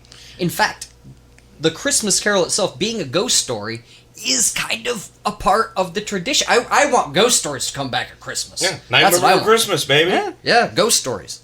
And his now at this time when he's thinking about going to America, his newest work, Martin Chuzzlewit, it wasn't doing so well, you know, at the time. It wasn't as big People of a were saying hit. that fop shit. Yeah. I don't know if that's what it's about. More That like sounds like- Nozzlewit. Nice. He sounds like a fop. That's all I'm saying. Yeah. Also, it sounds like people don't know the word fop. That does sound like a word I shouldn't be saying. Chuzzlewit. Well, it's Dandy. it's a 19th century dandy. Fop is 1700s, 18th century, and somewhat into the 19th century. Sounds like a slur. Yeah. Frankly. It really does, but it's not. It's not if you're friends with us. Yeah. It's the highest praise. They're Yeah. all gone. There's no more fops. You don't see fops anymore. Yeah. I follow a dandy on Instagram. That's good. Yeah. It's great. Don't talk about Jerry that way. Yeah. He wishes. Yeah. I do. It was the time. No, I don't have the top. Face money. makeup? Money. Yeah. Towel wigs.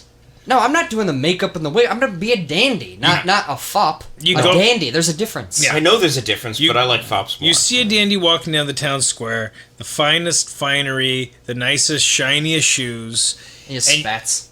spats. You go into Top their hat. home, 90% of the time, it's a hovel with nothing but a teapot. Yeah. Well, Okay. they Like spent all my their house. money on that fop shit. By the way, I'm gonna say It's not fun. It's Every dandies and dandy. fops are different, Chris. no. I'm gonna all- fucking die on this hill. All fops are dandies, but not all dandies are fops. Okay, fine.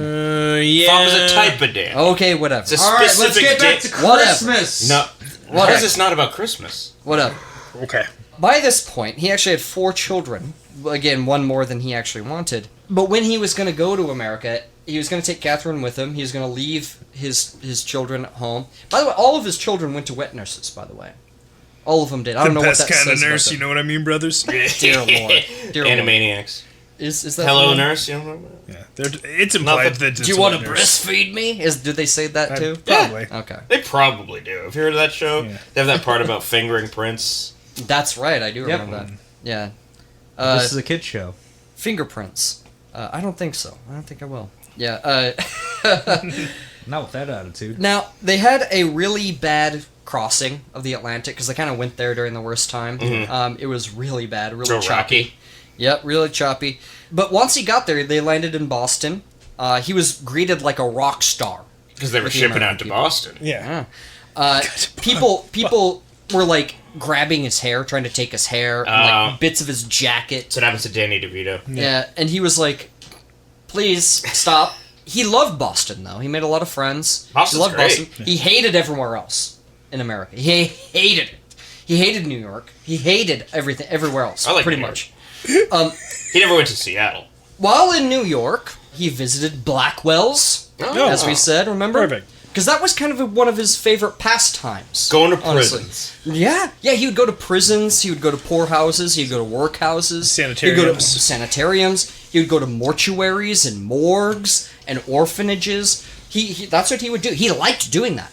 Like it's like me wanting to go to graveyards all the time. Yeah. Graveyard's cool. Yeah, like it's one of his favorite things to do, and he'd like bring his friends with him. Yeah. Tyler once had a class ready to take pictures, and he brought me to do a graveyard. I don't My know band what did. happened to those pictures, but they were great. We got to recreate them. For a photography class, I took a DSLR and took pictures of Chris in a graveyard while he was holding a banjo and a suit. That's kind of Oh, was awesome. I wearing the suit? Yeah. That Did you make suit? him see It through? was the gayest thing we've ever done. And those pictures look great. And you know what it was? It was one of the times my hard drive or my computer got stolen. Oh, it was probably on the same one that got broken into in Ballard. Yep. Yeah. Also, remember that Valentine's Day where we were at, just you and me in the apartment, we were feeding each other orange slices. Oh, yeah. I think that's scary. That was great. Yeah, probably. That's pretty gay. It was Valentine's Day, Yeah. which really amped up. Was it the Yeah. time where we ate the whole chicken? Or is that a different time? Is that a euphemism? Yeah. I mean, Oh, It was, the it was whole a sex chicken? thing. Yeah. But there was also a time we fucked. And every time he would speak, he'd go there and he would read parts of Pickwick Papers, because that was the big thing Yeah. at the time. the hits. Yeah, he it's was like you doing the gotta hits. play, Stairway or whatever. Stairway. Well, the trial in the Pickwick Papers, that's what he would read. People loved that part.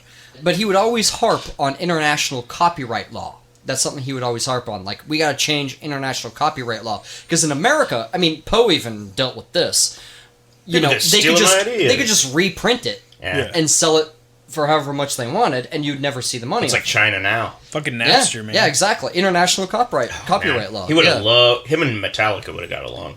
Yeah, Him and Lars, Yeah. Yeah, absolutely. it was met with a muted response for sure. Yeah, he's like, can you guys stop stealing my work? And they're like, No. That's how we all read it in You're this like, whole country. That's how we all pirated read it. the It was shit out of stolen. that. Well, yeah, like, just make your money back by doing live shows. Well, and that's what he was trying to do. But that he sounds like wasn't- his. yeah. He actually turned down a meeting with President John Tyler, if you can imagine that. Because it's President John Tyler. Well, William Henry Harrison died. Yeah. So well, he wasn't people there were that like, his illegitimacy is what they called him.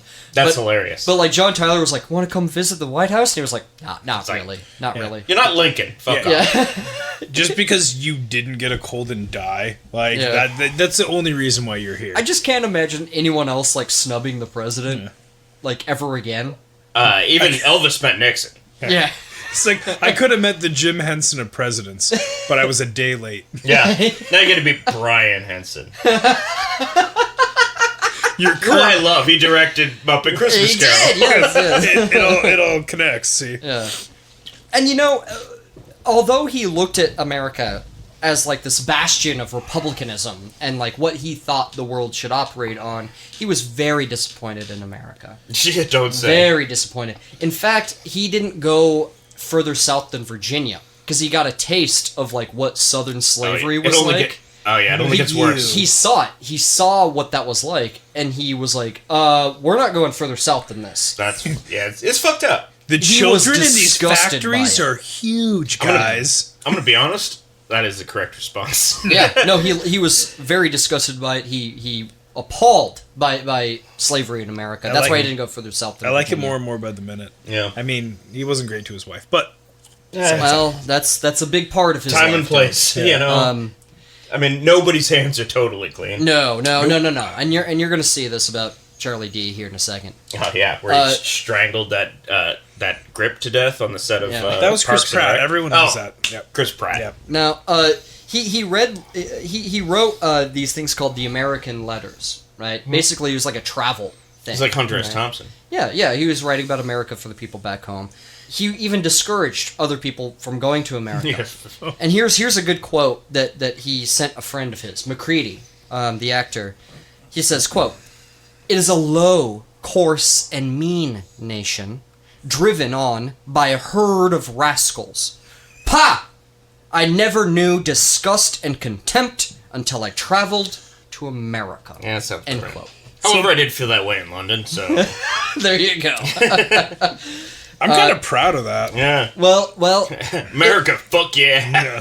so If you don't like it, get out. the American Letters, and some of this made it into the later installments of Martin Chuzzlewit. This sort of anti-American idea. It was not popular in America, and I lost him a You few don't friends. say. Yeah, Longfellow. Talking shit. Henry Wadsworth Longfellow kind of lost his relationship with him at that point. Washington Irving kind of turned a little sour on him. Even Edgar Allan Poe called it career suicide. Poe called it career suicide. It's like, well, you know what you need to do is get blackout drunk and try to fight somebody at a bar and not remember it, and have a big head. yeah, be found in a gutter. Big ass fucking head. Sloshing around. It's all just booze sloshing around. Ships and bottles that got lost. It's a ship in a bottle in his head. In the booze in his head. Yeah. Now, with debts mounting, and the fact that Chuzzlewit was not selling well, he had all these things going on, he had this idea that, because with his publishers, they were like, if your shit doesn't sell well enough, we're going to cut your pay. Mm-hmm. That was in his contract. Yeah, you're like family to us, and like family, if you become unprofitable, you're out. Yeah. And so he's like, okay, well, what if for Christmas time I write a short little novella? And what we'll do is I'll just pump it out, we'll release it, and boom, I can make a quick buck, and I get back up on my feet. It's like it's Eye of the Tiger. They just wrote that. Yeah, exactly. It's a lot like what he thought Eye of the Tiger would be for him. Yeah.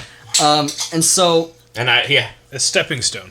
And so this story, this novella that he would write for Christmas time was The Christmas Carol. Oh, okay. Right? It's a novella, it's much shorter.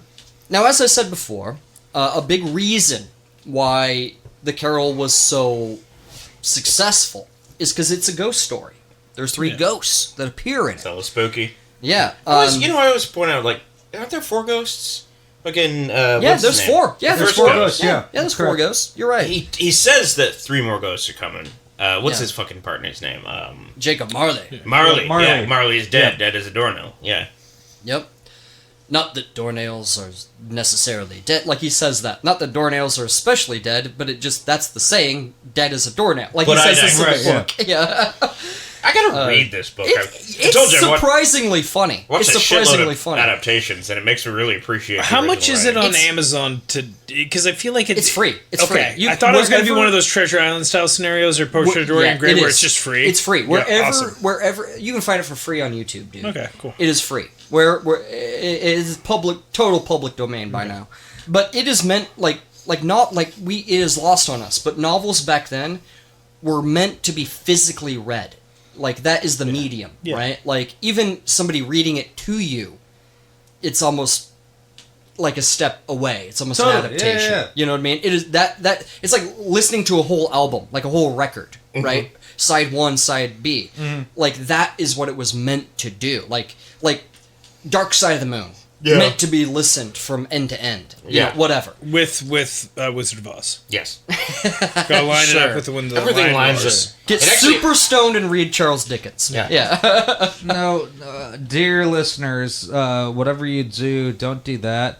Listen to the album Angel Witch by Angel Witch, and opens up with Angel Witch. Mm-hmm. Or the album Angel Witch by Angel Witch, and it is so fucking solid and amazing. Or Dope Smoker by Sleep.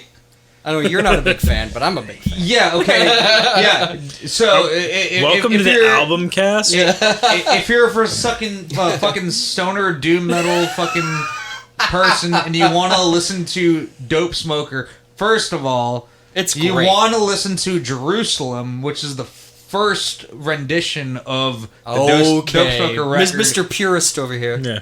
Back from 1996, and that's an hour and 45-minute long song. Dope Smoker is an hour and a half. It's great. It's great. Can we get back to talking about Fops versus Dandies real quick? Whoa, Chris. No. Only if we can get through the fact that you can't get it through your fucking head that there's a difference. There is a difference. Anyway. That's beautiful. Now, this story, the Christmas Carol, it was taken heavily from his own life, like all of his works. Yeah, like all the time he saw those ghosts.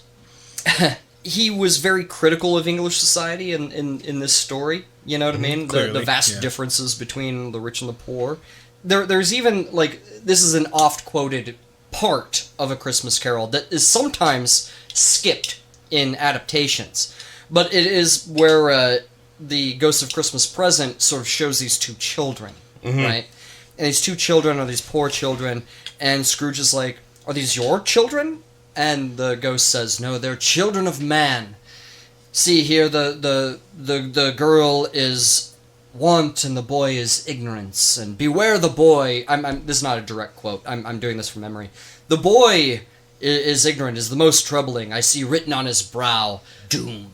Mm-hmm. You know what I mean? Yeah. And he's like, well, do they have no recourse? Do they have no way to get out of this? You know? And he goes, he's repeating Scrooge's earlier line from earlier on in the book. He goes, you know, are there no poorhouses? Are there no prisons? Yeah. You know, so it shows him the error of his sort of thought process, right? It's beautiful. All the adaptations I've seen, that does exist in the Robert Zemeckis version, and I remember seeing that very and go, strange. That must be something that everyone is cutting out. Yeah. Because that's weird as shit. Like, he like sees it like scrawny foot come out from under the ghost robes. And he's like, what the fuck is that? Yeah. And he's like, you want to see these two kids that hang out under my fucking robes? Yeah. And they're like scrawny and shit, and it's weird as shit. Malnourished, ugly little children. Mm-hmm. Yeah. I mean, the They reason look like why... Voldemort in the that When like, he's a weird baby one. Mm-hmm. Yeah. So the reason why they cut that all out, honestly, was because Scrooge was hard as a rock and was pitching the tent under his his. No, that's in the his Jim Carrey Snuggie. version. It was bad. The mocap suit was too good, and they had to just keep it in. Well, they Charles mocapped Dickens goes Miss on for like Johnson. 6 pages about it. I mean, there's a lot of stuff that's also skipped in the Christmas Carol, like, you know, his sister coming to get him when he was like a boy at the school, because like his nephew had to come from somewhere, right? You know, we all know the story, right? By this point, you've seen it every year for Christmas. Yeah, he's got the nephew that shows up and he's like, It's his "Ah, sister's man." child. Yeah. And his sister's like the only person he ever had any affection for other than this other woman that he fell in love with. And so like his nephew is his only living relative, right? The only outlet that he could possibly have for the feeling of love, you know what I mean? And he rejects it because it's sort of associated with Christmas. But this wasn't a new idea for Charles Dickens. In fact, he took his own idea, stole his own idea Piece from of an shit. earlier story he wrote for the Pickwick Papers called The Story of the Goblins Who Stole a Sexton. Ah! Fucking goblin mode, Yeah. baby. Now Goblins this- so would still a sex. Yeah. Now, this story, it was published in 1836. It was a story about a gravedigger by the name of Gabriel Grubb. Now, Gabriel Grubb... Was he a goblin? No. But he hated Christmas. He was celebrating the death of a little boy. Because hold on. Because it was work for him, right? And he even says, like, ho, ho, ho, you're more making $1 today, you know, kind of a deal. And so, like, The these more goblins... children that die, the better off I'm doing. Yeah. Old grub. Almost exactly, yeah. Oh, it sounds like the NRA. Yeah, and so, Yeah. and so these goblins show up and show him the error of his ways, has a different outcome. It's the same story same idea coming back to this one. Man, if Charlton Heston ever got some goblins showing up back, that's would have changed everything. Yeah. You'll take this gun from my cord and Yeah. Take this goblin. Yeah. There were things about it too. Like, did you guys do you know why it's called A Christmas Carol? Well, I would assume no. I would assume that I don't. Well, because there's no carols, right? Yeah. Right. In the Nobody book. sings, yeah. Yeah. Well, there is. There is. At the very beginning, right? The first scene, let's say, culminates in him driving off Christmas carolers. Oh, that's right. That kind of happens in the Muppet one. Yeah. Yeah. No, there's only in the Muppet one he's singing Good King Wenceslas. Whereas in the book, I think it's God Rest Ye Merry Gentlemen. And because he's not a merry gentleman, and he's not going to rest, he drives them away. The whole story centers around the fact that interaction where he drives all these people away that embody the Christmas spirit, he drives them all away, and it culminates with that song, that carol, God Rest You Merry Gentlemen, where he drives them away. It centers around that. Like, the whole story centers around that first part. Because, you know, his nephew comes in and says, you know, well, Christmas has never given me any money, and I still love it, you know? Yeah. And, like, he's like... And one thing I also think is funny about things that change is that, like, because we don't really know what Christmas puddings are anymore, in the Muppet Christmas Carol, he says, any man that walks around with Merry Christmas on his lips needs to be cooked with his own turkey, with a steak of holly staked in his heart. The pudding one is in... It's still it's in the Zemeckis one as well. Yeah. Boiled with his own pudding. Yeah. Right? Yeah. I feel like that was in another one as well. Yeah, I watched so many, so quick. Sometimes they change it for like Yeah, American audiences, but I don't know. Certain things like that interest me greatly. And then the guys, what about the poor and the homeless? Are there no workhouses? If they're gonna die, if they're gonna die, they better do it and decrease the surplus population. Yeah, exactly. Right. Yeah, all this comes back to bite them. But what this does, and especially because Christmas is mentioned and it is such a central part of it, people took what happened in that story and applied it to their own lives, right? Goose was the number one dish at Christmas, and it's even mentioned. Boiled goose. Don't do that. Rotisserie, I would imagine. I mean, On a fire, yeah. Yeah, well, like it's depicted in the book. Now you gotta smoke it. Oh, yeah, that's probably the best way to do it. No, I mean, like, you need to literally cut up pieces of meat and put it in rolling tobacco. Oh, you smoke goose. And then you smoke a goose. Yeah. Okay. yeah. Get you high. Yeah. Goose spliff. Well, they even say in the book that, like, they're making goose, oh my goodness. But it's the fact that Scrooge, at the end of the book, he gets the prize turkey, the biggest turkey they have. The one And he as takes- big as me? The one as big as me, sir? Yeah. Yeah, the same. Yeah. Yeah. It's because of this that the size of the turkey came to embody how good of a Christmas time you were going to have. Yeah. Right? So now, like, honestly, it sent the goose market into near ruin after this book because, like, now we can't sell any geese anymore. Yeah. Like it's only Everyone turkeys wants turkey? Yeah. Yeah, so, like, it's that type of thing. You know what I mean? They're like, Dickens, you ruined us all. Now, you would think that geese would be more acclimated with human beings and not so much of fucking assholes because we're not eating them. Yeah. But every They're time... dicks. You ever met a goose? Every time I'm around a goose, Yeah. I just hear... Yeah. Like, what the fuck, dude? Like, They chase you around. Yeah. I saw Yeah, they're Letterkenny terrible. sketch where they're all defending the Canadian goose, and that was very funny. No. Broad-chested, Nothing pride with of a neck Canada. that long doesn't deserve to have its neck swung so hard it breaks. I will not, goddamn I will right. not sit here idly by while you talk shit about the Diplodocus. Okay. I thought it was Diplodocus. That's fine. I don't know. Well, It's a long boy. Yeah. yeah. Well, It's a dinosaur, people at home. if you know. Dinosaur giraffe. it's also A Christmas Carol is also a very secular story. Yeah. It's a very secular sexual story. Because, I mean, Puritanism echoed into his time, and Puritans, they didn't like the Christmas celebration because it was a lot like Halloween, right? And at Halloween, you got drunk, you ate great food, you danced all night, and it was awesome. Fucking rad, Puritans dude. fucking hated yeah. that because that is paganism. Fuck They Puritans, fucking man. yeah, and they didn't want the birth of their Messiah to be attached to such pagan ideals. So they didn't want you doing that at Christmas. They want you to come to church and nothing else. Oh, I have jettisoned your Messiah and replaced him with Santa Claus. Go And fuck booze. yourself. Yeah. Well, I mean, it also And doesn't help, capitalism. it doesn't help the church out the fact that they took Christianity from, the birth of Ishtar and Yeah. Oh, yeah. fucking Oh, yeah. every single fucking ancient Yep. god. No, that's absolutely Maybe true. Yeah. Josephus did. Who knows? Was it in- Yeah. Exactly. Anyway, That's why I got my Connected pants back. off. Connected back. connected. Charles Dickens was very excited for this book, and he wanted He's like, nailed it. he wanted everyone to have it. He wanted even the poorest person to be able to afford it, right? He was the Mariah Carey. of He's his like, age. everyone adapt it. Go. Yeah. Disney, Muppets, Well, Zemeckis, people were the already rest. adapting. People were already adapting Pickwick and Oliver Twist and Nicholas Nickleby in his own lifetime. You know what I mean? He was huge. He Michael was a was celebrity. busy writing a Christmas song for it. Wasn't there a Nicholas Nickleby, but with Heath Ledger or something like that? That sounds right. Yeah, that sounds probably. right. I'm not going to Heath look Ledger it up. would be a great Nicholas Nickleby. I think that did happen. Rest Something like in that. peace. Dickens himself was ambivalent towards religion. He really was. He was like, yeah, Christianity, whatever. But, practically speaking, it doesn't make a ton of sense here. You So know what I mean? you're on saying the boots on the ground. Didn't you know? also say he grew up reading, like, Enlightenment? Yeah, artists, or exactly. He was a authors? product Yeah. of some of that. Yeah, and some romantic writers as well. Yeah.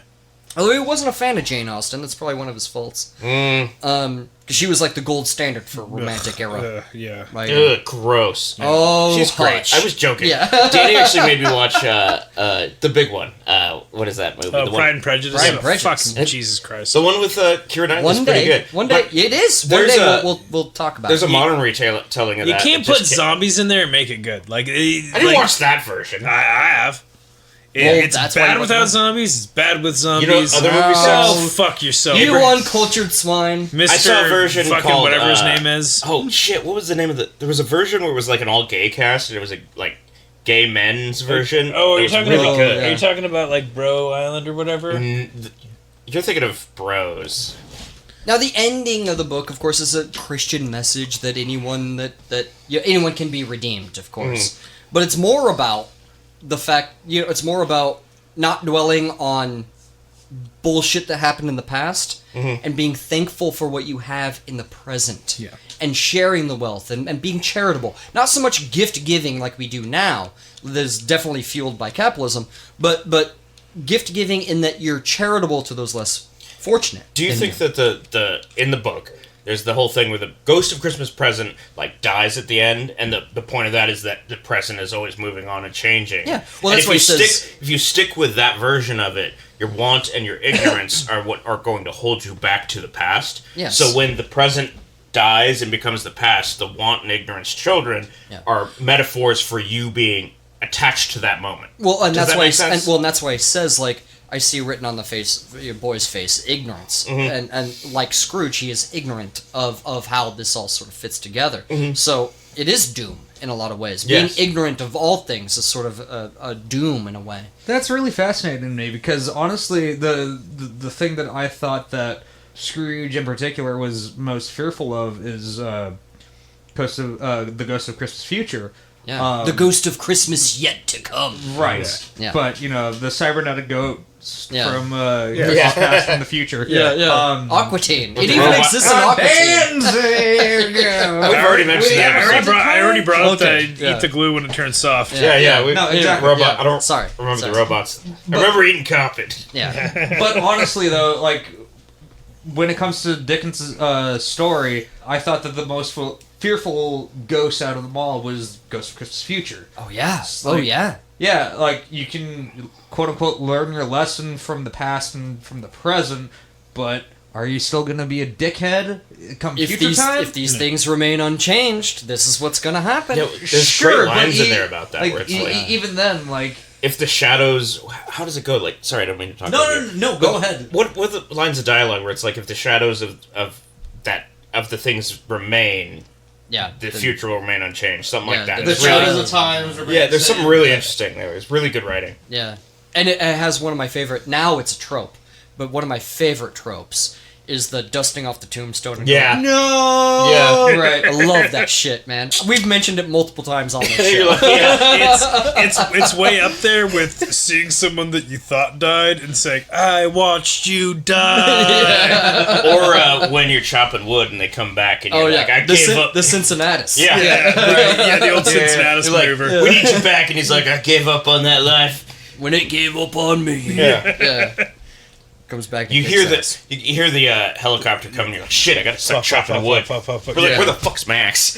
Yeah. You're like, I don't even I like this need game to be very much. chopping wood when they show up, or I'm gonna look Yeah. like an idiot playing Mass Effect. Now, when he so he wanted to sell it at a good price, right, for everyone.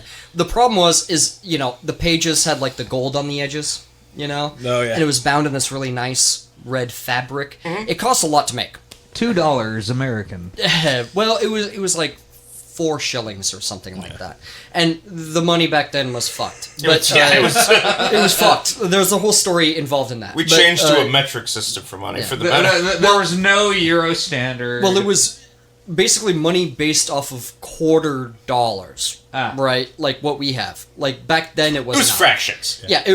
Well, some things like added up to like 24, and like things like that. Like it was so hard to count. Like if you went to the grocery store, it'd be like, now do the math with like your pocket of fucking different coins and paper money. Like, I've been to you- Japan. Fuck it, just give it to me. Yeah. I don't care. without like scanning. We'll call it even. You're like, can I Yeah. pay with my card? They're like, oh, dude. You're like, all right, well, I'm going to hand you this pile of paper and coins. Very carefully. They're all different. There's like 25 different Yeah. ones. Yeah.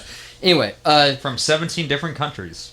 but he didn't, even though it was a big success, the Carol was a big success, he didn't make almost any money on it at all because it was so expensive to produce. And so, Is that how we learned the meaning of Christmas? honestly, interesting that you bring that up because this feeling of Christmas and what Christmas should be that he really codifies in that book, it stands in stark contrast to his real life and how Christmas was for him in real life. Because like his kids were off at boarding school most of the time. Didn't like just like Scrooge didn't come back for Christmas. Right. A lot of the time. His wife is gone, his mother is gone, all these things.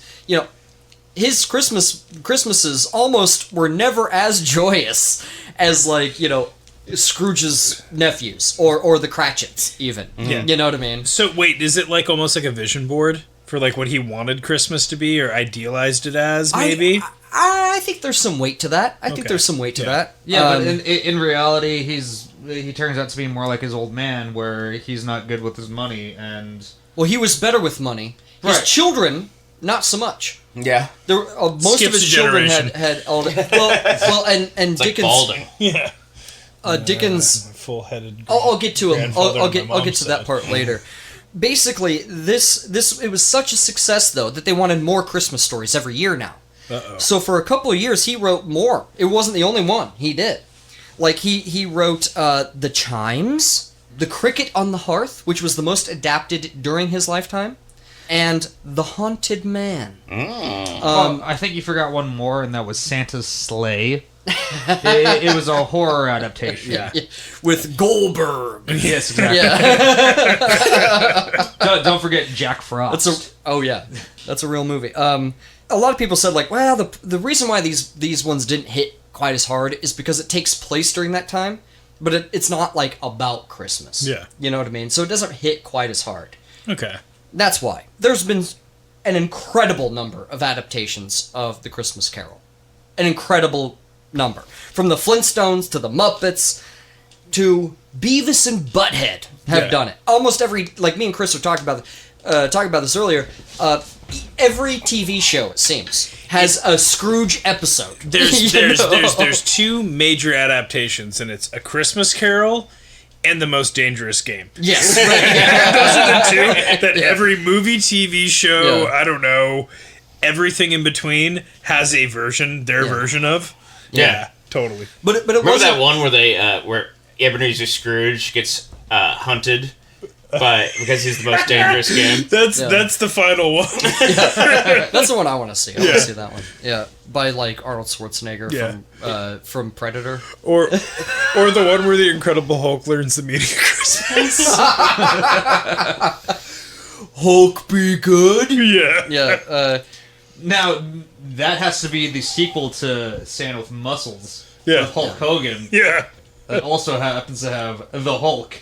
Yeah. And the Hulk learns the meaning of Christmas from Hollywood Hulk Hogan. Yeah, Yeah, there makes you go. perfect sense. There you go. No, it wouldn't be until Dombey and Sons, his next work, that he would actually be financially stable. So much so, he made a lot of money on that. He was able to buy his dream home, Gads Hill Place. He bought it. He bought it. He did it. He succeeded. That's Yeah. marvelous. It is Yeah. marvelous. Good job, Chucky D. Yeah. That's where he built Josh Gad out of. Snow. Yeah, Ironically enough. Yeah. Oh yeah, there you go. Yeah. By the way, I also want to mention, remember, humbug at Yeah. this time basically just means bullshit, Yeah. Right. right? Yeah. If you say Bullshit. something is a humbug is a bunch of bullshit. Yeah, you know, bunch of bullshit. a load of Ah, shit. bullshit. Yeah. You could trade those. Yeah. Charles Dickens was just incredibly busy his whole life. He had many irons in the fire his entire life. In between these speaking tours where he'd go read the Christmas Carol and the trial from the Pickwick Papers, He was traveling, he was putting on plays. In between all of these things, he was also writing David Copperfield, which was a very personal story for him that basically described his life. His favorite of his own works, by the way. Not actually about a magician.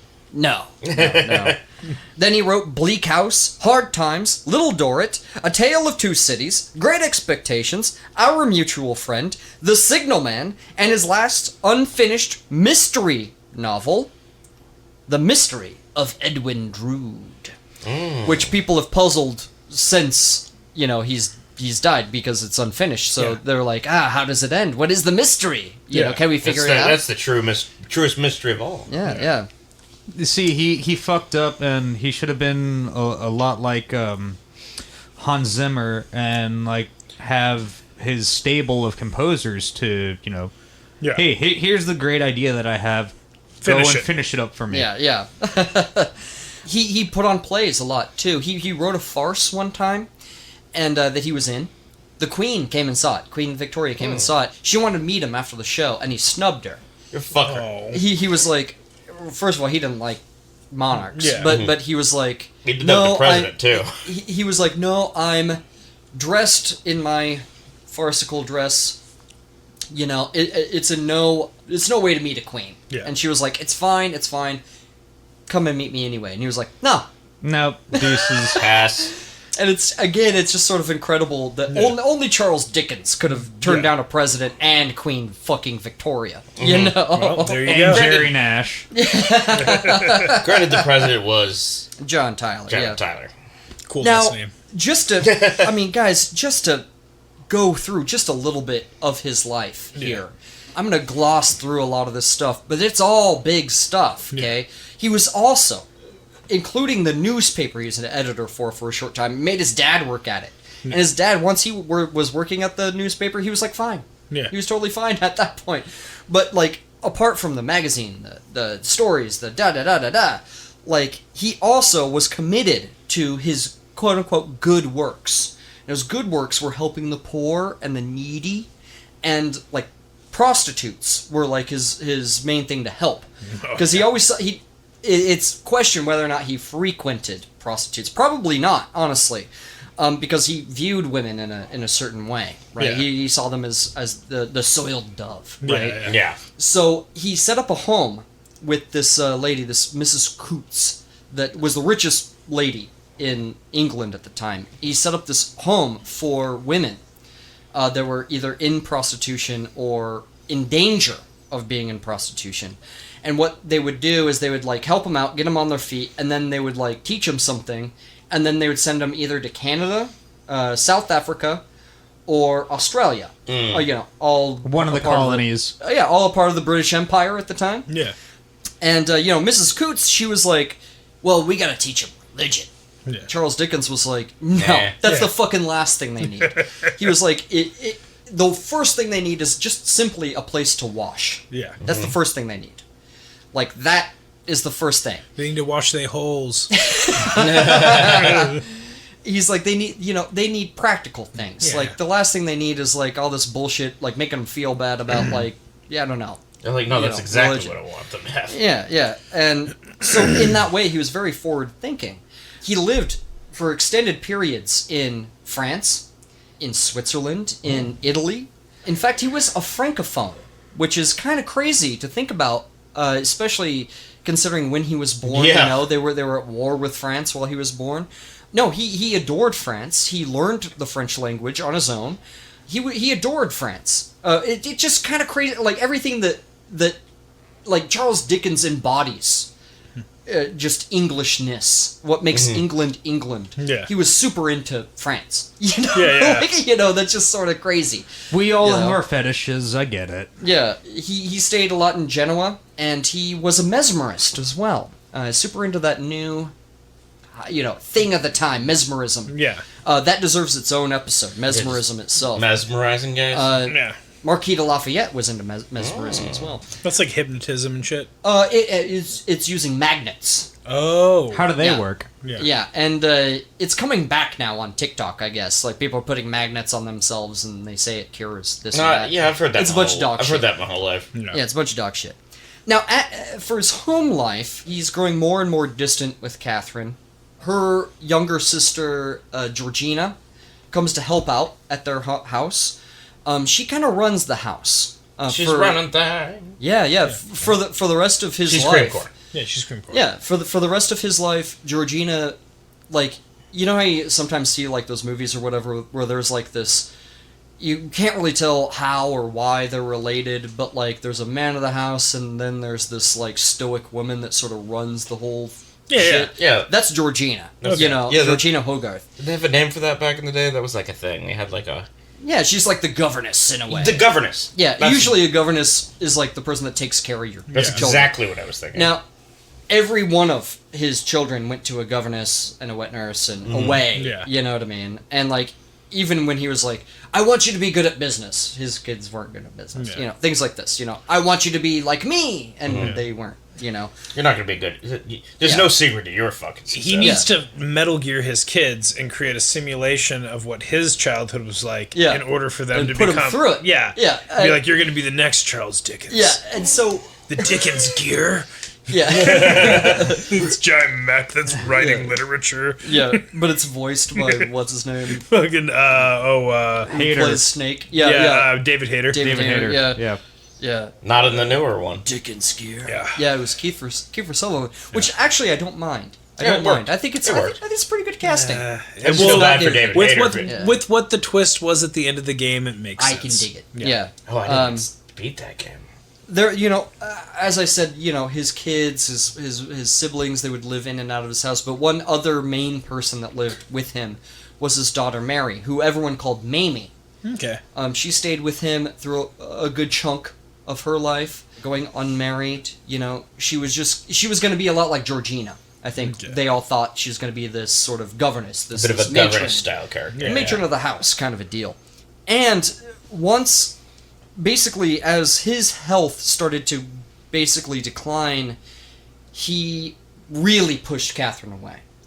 And so much so that he asked for a divorce, and the divorce was so ugly that, like, his daughter Catherine was like, Kate, was like, he acted like a madman towards my mother. Mhm. And he got really hostile and mean towards Catherine. And he moved her out of the house, out of Gad's Hill, and he was like, I never want to see you again. And people would be like, dude, you're kind of treating her like shit. And he was like, I no longer love her. The page that once had my love written on it is now a blank page. You know, things like this. You know, Is that a an Taylor Swift incel. song? Yeah. it was a quote from one of his letters, not a direct quote. He treated her pretty poorly, honestly, and even the most ardent Dickens defenders can't really defend how bad he treated her. Yeah. And the reason why, and honestly, Claire Tomlin, she has a good point, because she's like, at least it wasn't for no reason Yeah. that he treated her like this. He was in love with another woman, madly in love with another woman, a much younger woman named Ellen Ternan, and she was an actress, and he loved her so much. He was infatuated with her, and she sort of moved in. But at this point in his life, when she becomes a point in his life, he all of a sudden becomes really quiet and really secretive. He didn't, because he knew he was like this public figure that stood for good, you know, a good Christmas sort of family traditional Generosity, type of deal. kindness. Yeah, that you type. know. It couldn't be tarnished, and he knew that, and so he got really secretive about it. He didn't even tell He's people. like, I'm going to go out and I'm going to be super not generous. Yeah, well, he didn't tell people that Generous he to was with himself. Ellen. I'm going to be Ternan. generous to my dick and balls. Yeah, Merry Christmas. he wanted to avoid that scandal of being with Ellen Ternan, someone much younger than him, throwing away his wife for this younger woman. But that is what was happening.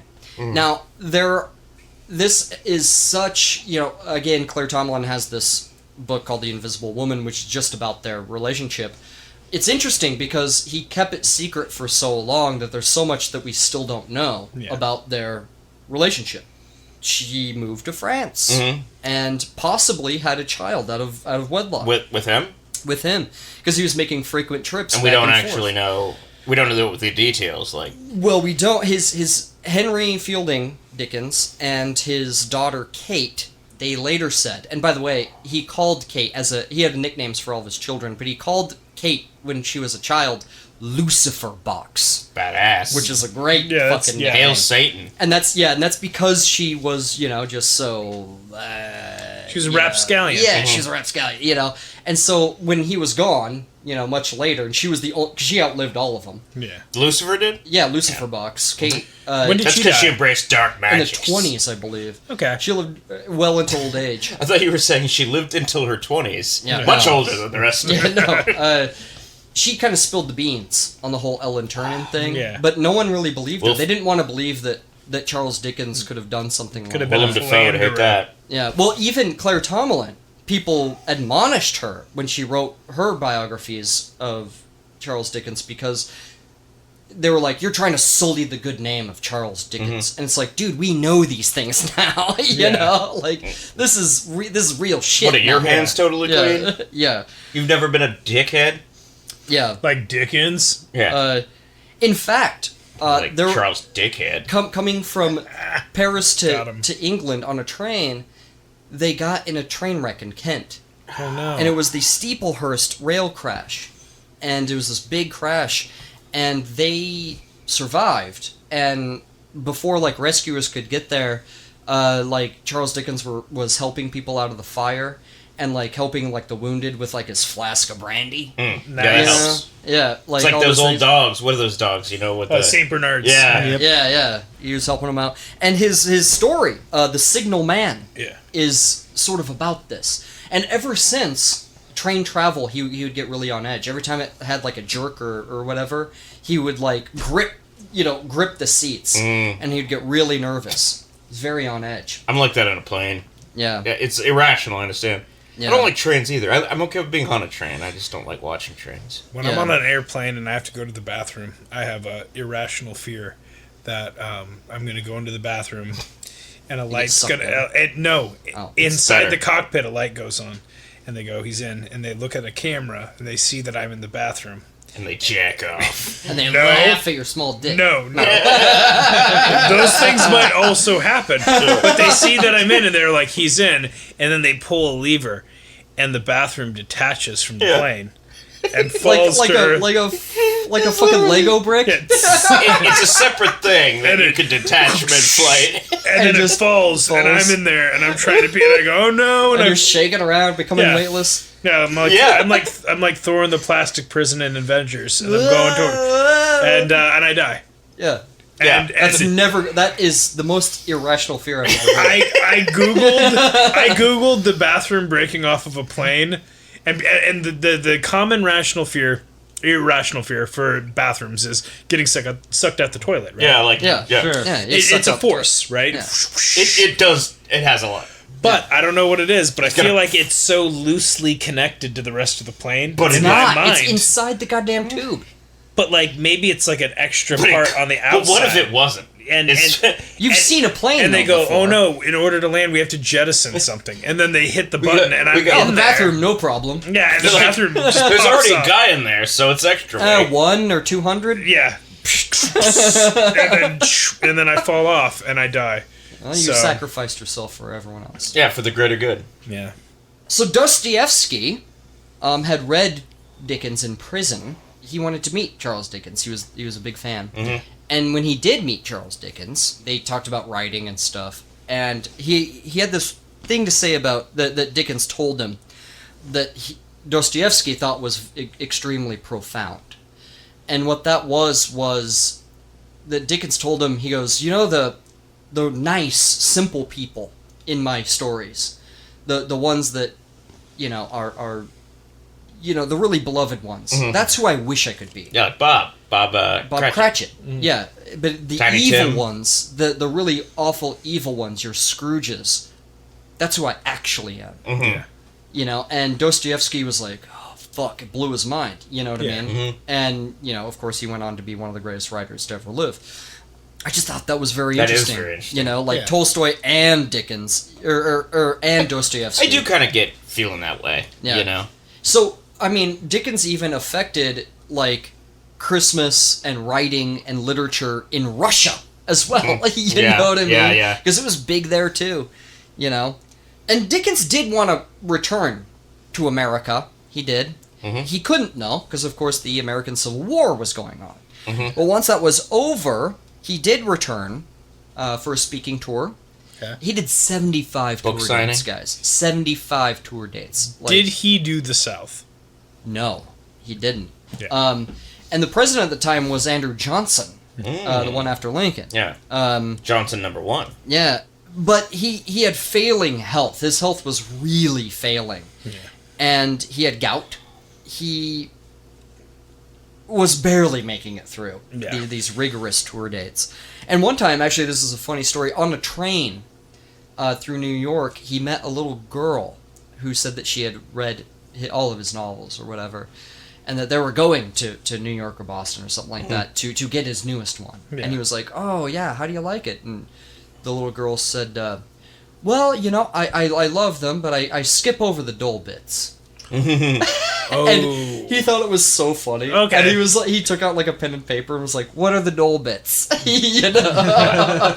And before long, he's like partying with like her family. And, That's like, really you know. sweet. Oh yeah, it's Partying very with this sweet. little kid. Yeah. I mean, Getting now that kid drunk. yeah, now you know a 12-year-old girl sitting on like a grown man's lap saying these things, you know, would be. What are you, odd. Biden? Yeah. At the time. Yeah, with his granddaughter. Yeah, Yeah. hugging and kissing his granddaughter. That's so bad, I guess. Yeah. Anyway, he met Yeah, a Chris. bunch of people on his I was second. joking. Yeah, on his second trip, he met all these people. He met Emerson. You know, Ralph Waldo? Ralph Waldo Emerson. Oh, I thought I meant of Lake and Palmer. Not the prog rock band. No, Henry Wadsworth Longfellow, of course, he saw them. He went sleighing in Central Park. I bet he did. Yeah. Much like Santa. And actually, here's a funny little tidbit. Mark Twain took his wife to their first date to see Charles Dickens read live on the second tour. That's a good date. Cool. That's a Right? solid That's a date. solid date. Yeah. You're getting married after that shit. Yep. Yeah. They fucked. Yeah. I mean, I took my wife to go see that Dracula Untold movie with whatever his name is. Dead and Loving It's It? bad. No. No. Is that Luke Evans or is Yes, that I the think other it's one? Luke Evans. We and- talked about that movie. Yeah, it's not a very good movie. Yeah, during our Vlad And the Impaler episode. he's in Beauty and the Beast. Yeah. As He's also in High Rise. Yeah. I love High Rise. He's a Iris good is great. actor. It's just not a very good No, movie. he is a good actor. Yeah. Are we talking about Josh Gad? No, Yes. no. No, Certainly not. I would never Certainly call not. Josh Gad a good actor. Now, when he got back to England, he destroyed a lot of his correspondence. Mm.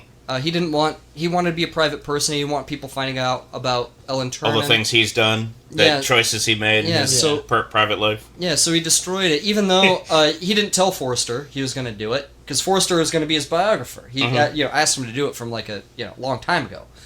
But he did it He's anyway. like, but yeah, I told you I would let you write my biography before I did all this fucked up shit. Yeah.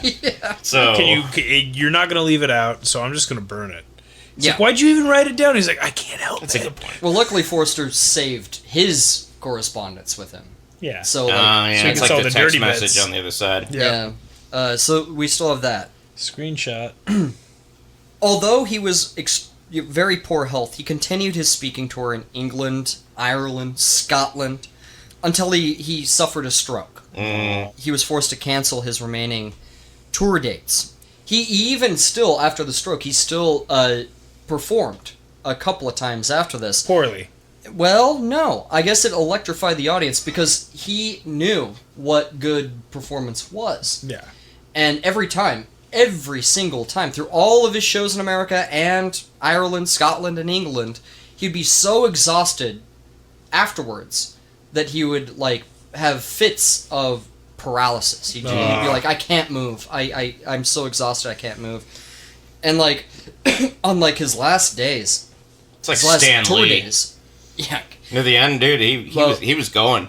Yeah. Well, That's they all were I mean. like... I meant just Stan Lee, just... Well, and his sons and Forster, they were like, okay, sit up front, in case he collapses. Yeah. Because they were like, you could die on stage. Yeah. You know what I mean? Like, Which he was would not be doing well. a great show.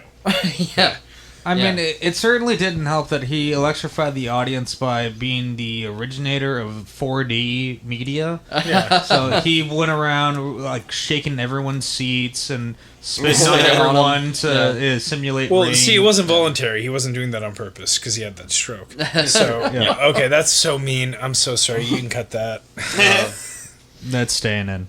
Well, on May 2nd, 1870, he gave his last public speaking performance.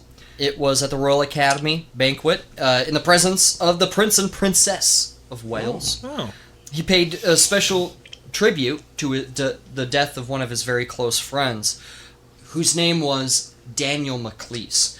Daniel Maclise was an artist, and he did a very famous portrait of Charles Dickens to this day, that you can still see to this day.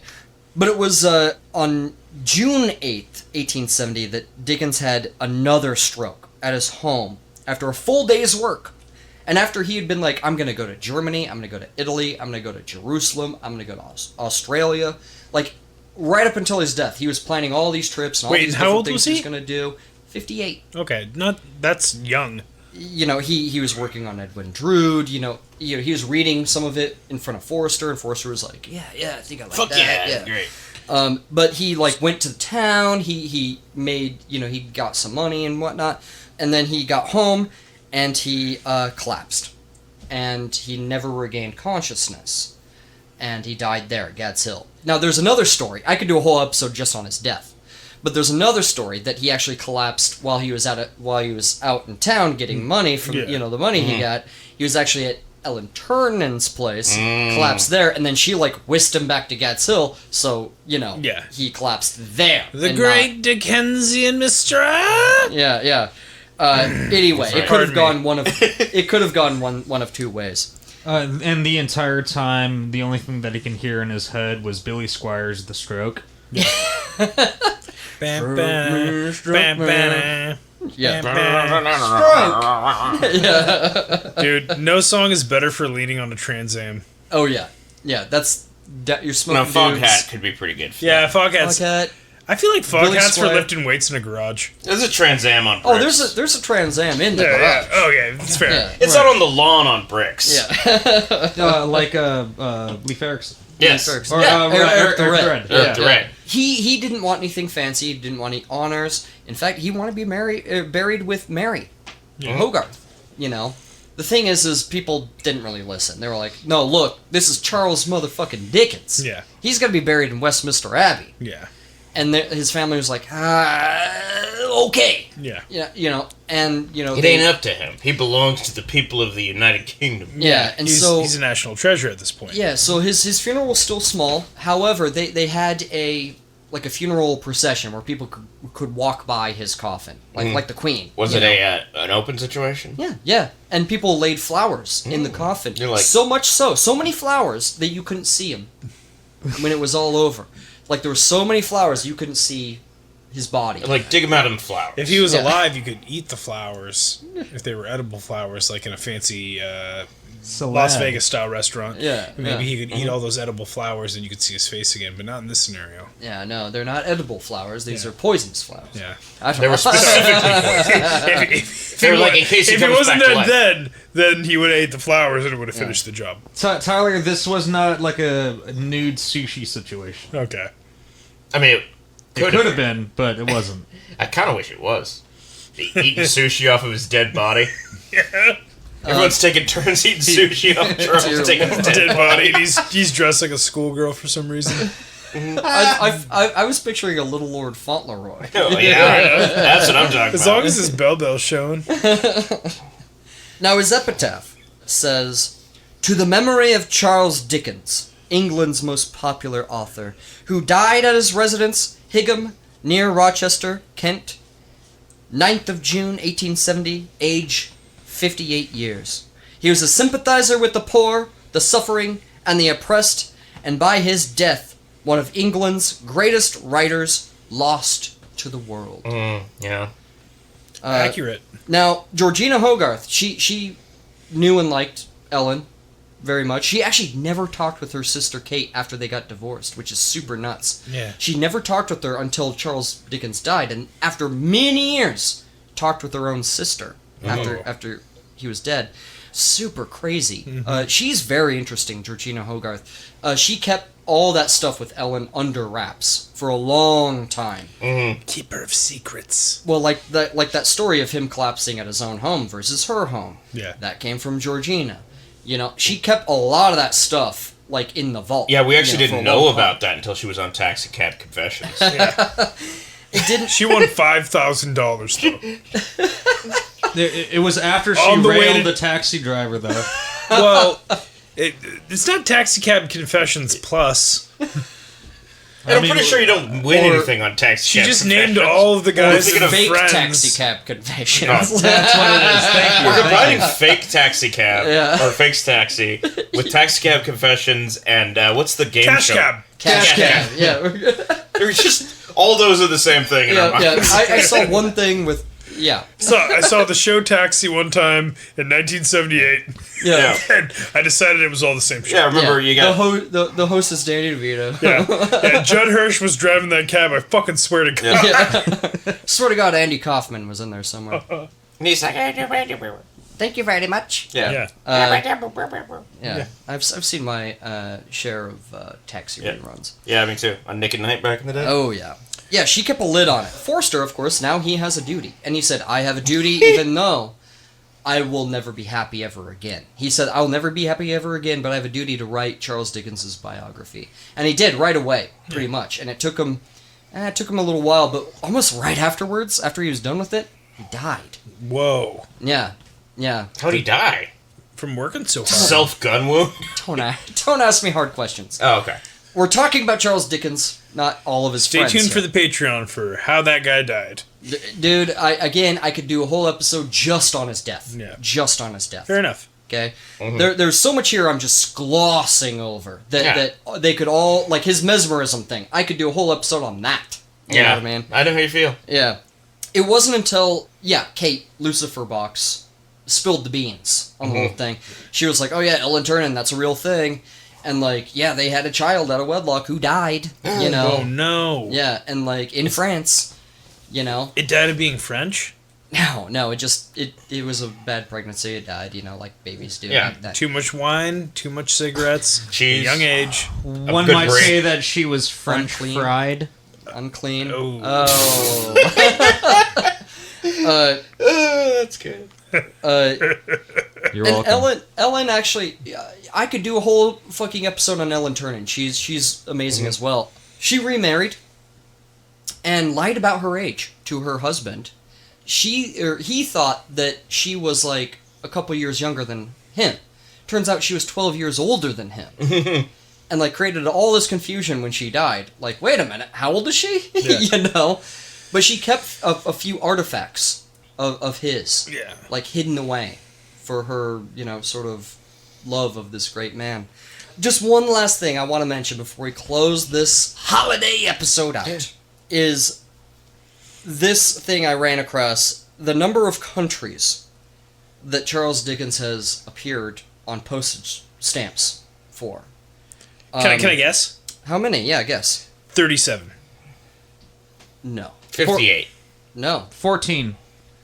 I think that might be closer. Here, One? I'll let you count them. I'll let you count them. There's a few here. Do your fingies, gang. Okay. United Kingdom, right? That The counts s- as 3. No. The Soviet Union, That counts as a million. Antigua, Barbuda, right? Jamaica. Botswana, Cameroon, Dubai, some of these aren't countries anymore. Fujiara, okay, Saint Lucia, Turkey, and the Caicos Islands, Saint Vincent, Nevis, Alderney, Gibraltar, Jersey, Pitcairn Islands, Austria, and Mozambique. 19. You got So, 19, I got 18. I Okay, win. 19.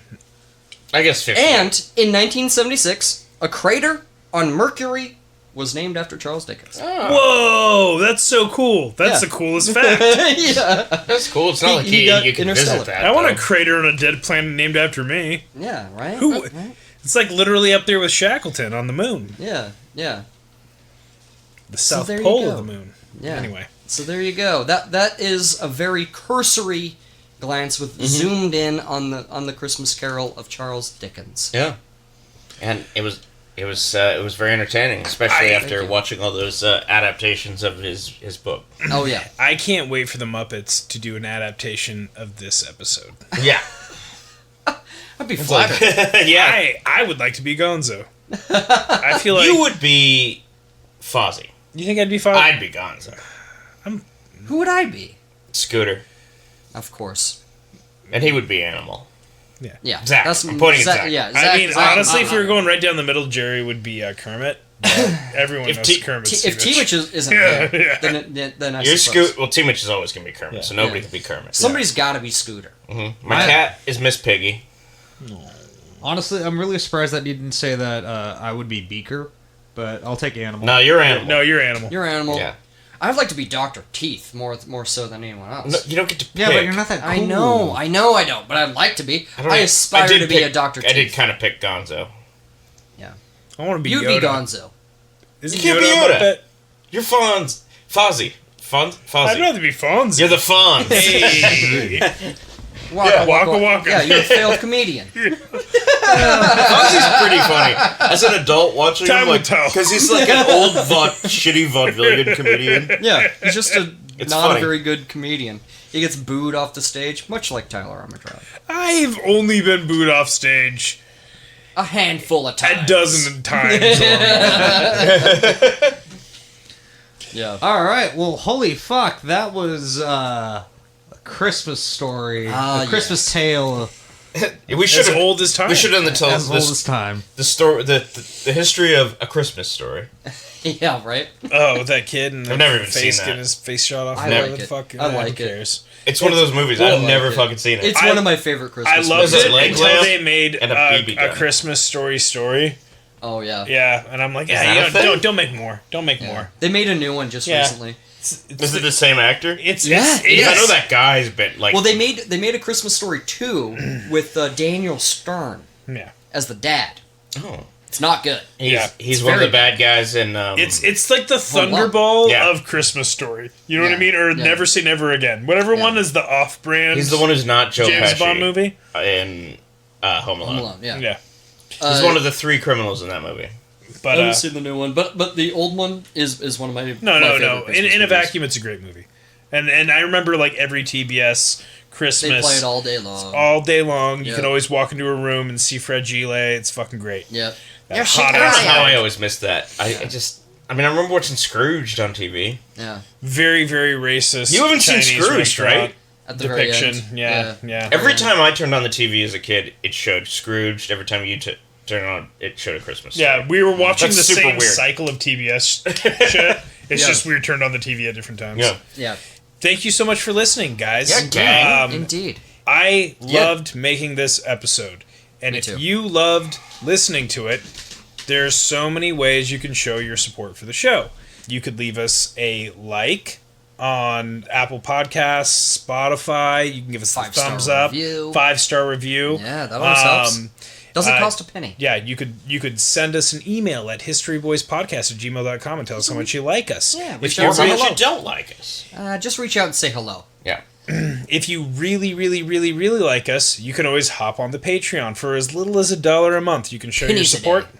Yeah, pennies a day, less than a cup of coffee. Less Take- than to sponsor one of those kids in Africa. Yeah, right. And you Sponsor know, us. Yeah, sponsor us instead. buck They get don't you have a in. podcast. $5 get you access to the Patreon show. $10 get you an access to all of the Patreon episodes ever because they go away after the first 30 days. I think the $1 gets you the Discord. So yeah, Yeah. tons and tons and Hang stuff. out with us on the Discord. And last but not least, I do need to announce Yes, you do. You have a big this is announcement. going to be my last episode of History Boys. Aw. Aww. I am not moving on to bigger, better things. I'm moving on to smaller, more focused things. He has His a tiny family. child. He has Yeah. a family to rear. You're gonna Yeah. raise that boy. And he does not have Charles Dickens's energy. I do not. Right. And he doesn't Who send does? he doesn't send his son to a boarding school. I don't. I woke up noon and wanted to take a nap before we recorded today. Yeah. But there's big exciting things coming. We got new hosts. I will be back to guest in the future. I'm not gone forever. Lots of good stuff. And if you're on the Patreon, there's going to at least be, I think as of this time of recording, 3 more episodes with me. Yeah. So in that place. Yeah, within the Patreon show, yeah. Yeah. And you're still going to be on the Discord, right? Yeah, Yeah. I will be on the Discord as a fan, getting in the conversation, enjoying everything with you guys, and I'm excited to have that point of view. Yeah. Yeah. You're not totally leaving. Yeah. But yeah, we are going to bring out a new host. We've done a lot of thinking. I mean, we've known about this for a long time, longer than Yeah, you- far you know, longer than Yeah. just learning it now. Yeah, than you dear listener. Yeah. You guys are learning about it now because you guys don't make the show. Yeah. So What if we learned about it right now? that'd be intense. We do have a lot planned for you. We think that you're going to like. I'm not even going to call it a replacement for Tyler, but we do think that you're going to like the more regular person that we bring back to the show. Yes. We're excited. As much as we're sad to see Tyler go, we are excited about the future. Yeah, Absolutely. and you guys will learn all about that. History Boys isn't going anywhere. Dude, you'll find out all about it fucking next year. in January. Yeah. You'll figure it all out. It's So- crazy to say that it's going to be like it's going to be a really exciting 2023, and I'm really excited to see it as a fan of the show and a supporter of the show, and maybe an occasional contributor of the show as we move forward. But I've been seeing a lot of the things that have been happening in the background, and so it's going to be really really cool for everybody. Mm-hmm. Yeah. Yep. Yeah. Absolutely. yeah. No, I am Christopher Whedon, and you know what? I'm still a history boy. Nice. I'm Tyler Armitrout. I will forever be a history boy. Dyed in the wool. You're goddamn right. Indeed. I am Zach Meck. I am also a history boy, and R.I.P. Tyler. He's dead to me. We're gonna take him out back and shoot him. Yeah. No. Yeah. That's why Yeah. he has rabies. Turns old out Yeller style. that's Yeah. really all. That's the only problem is he has rabies, Yeah. and we're I'm gonna tell him more about the rabbits, George. Yeah. Tell me about the rabbits, George. That's a good reference. Yeah. yes. And I am Jerry Nash, your humble history boy, as always. Thank you so much for listening. Your continued support, just by listening to the show, and of course our patron subscribers have really meant a lot to us this year. We plan on growing and becoming just bigger and better in 2023. And thank you for sticking with us and just being the OG fans of the show. Fuck yeah. You know, we love each and every one of you. We hope all of you have a safe and happy holiday, whichever one you celebrate, or if you don't celebrate at all, that's okay. We are here because this will be released, if I'm not mistaken, on Christmas Eve.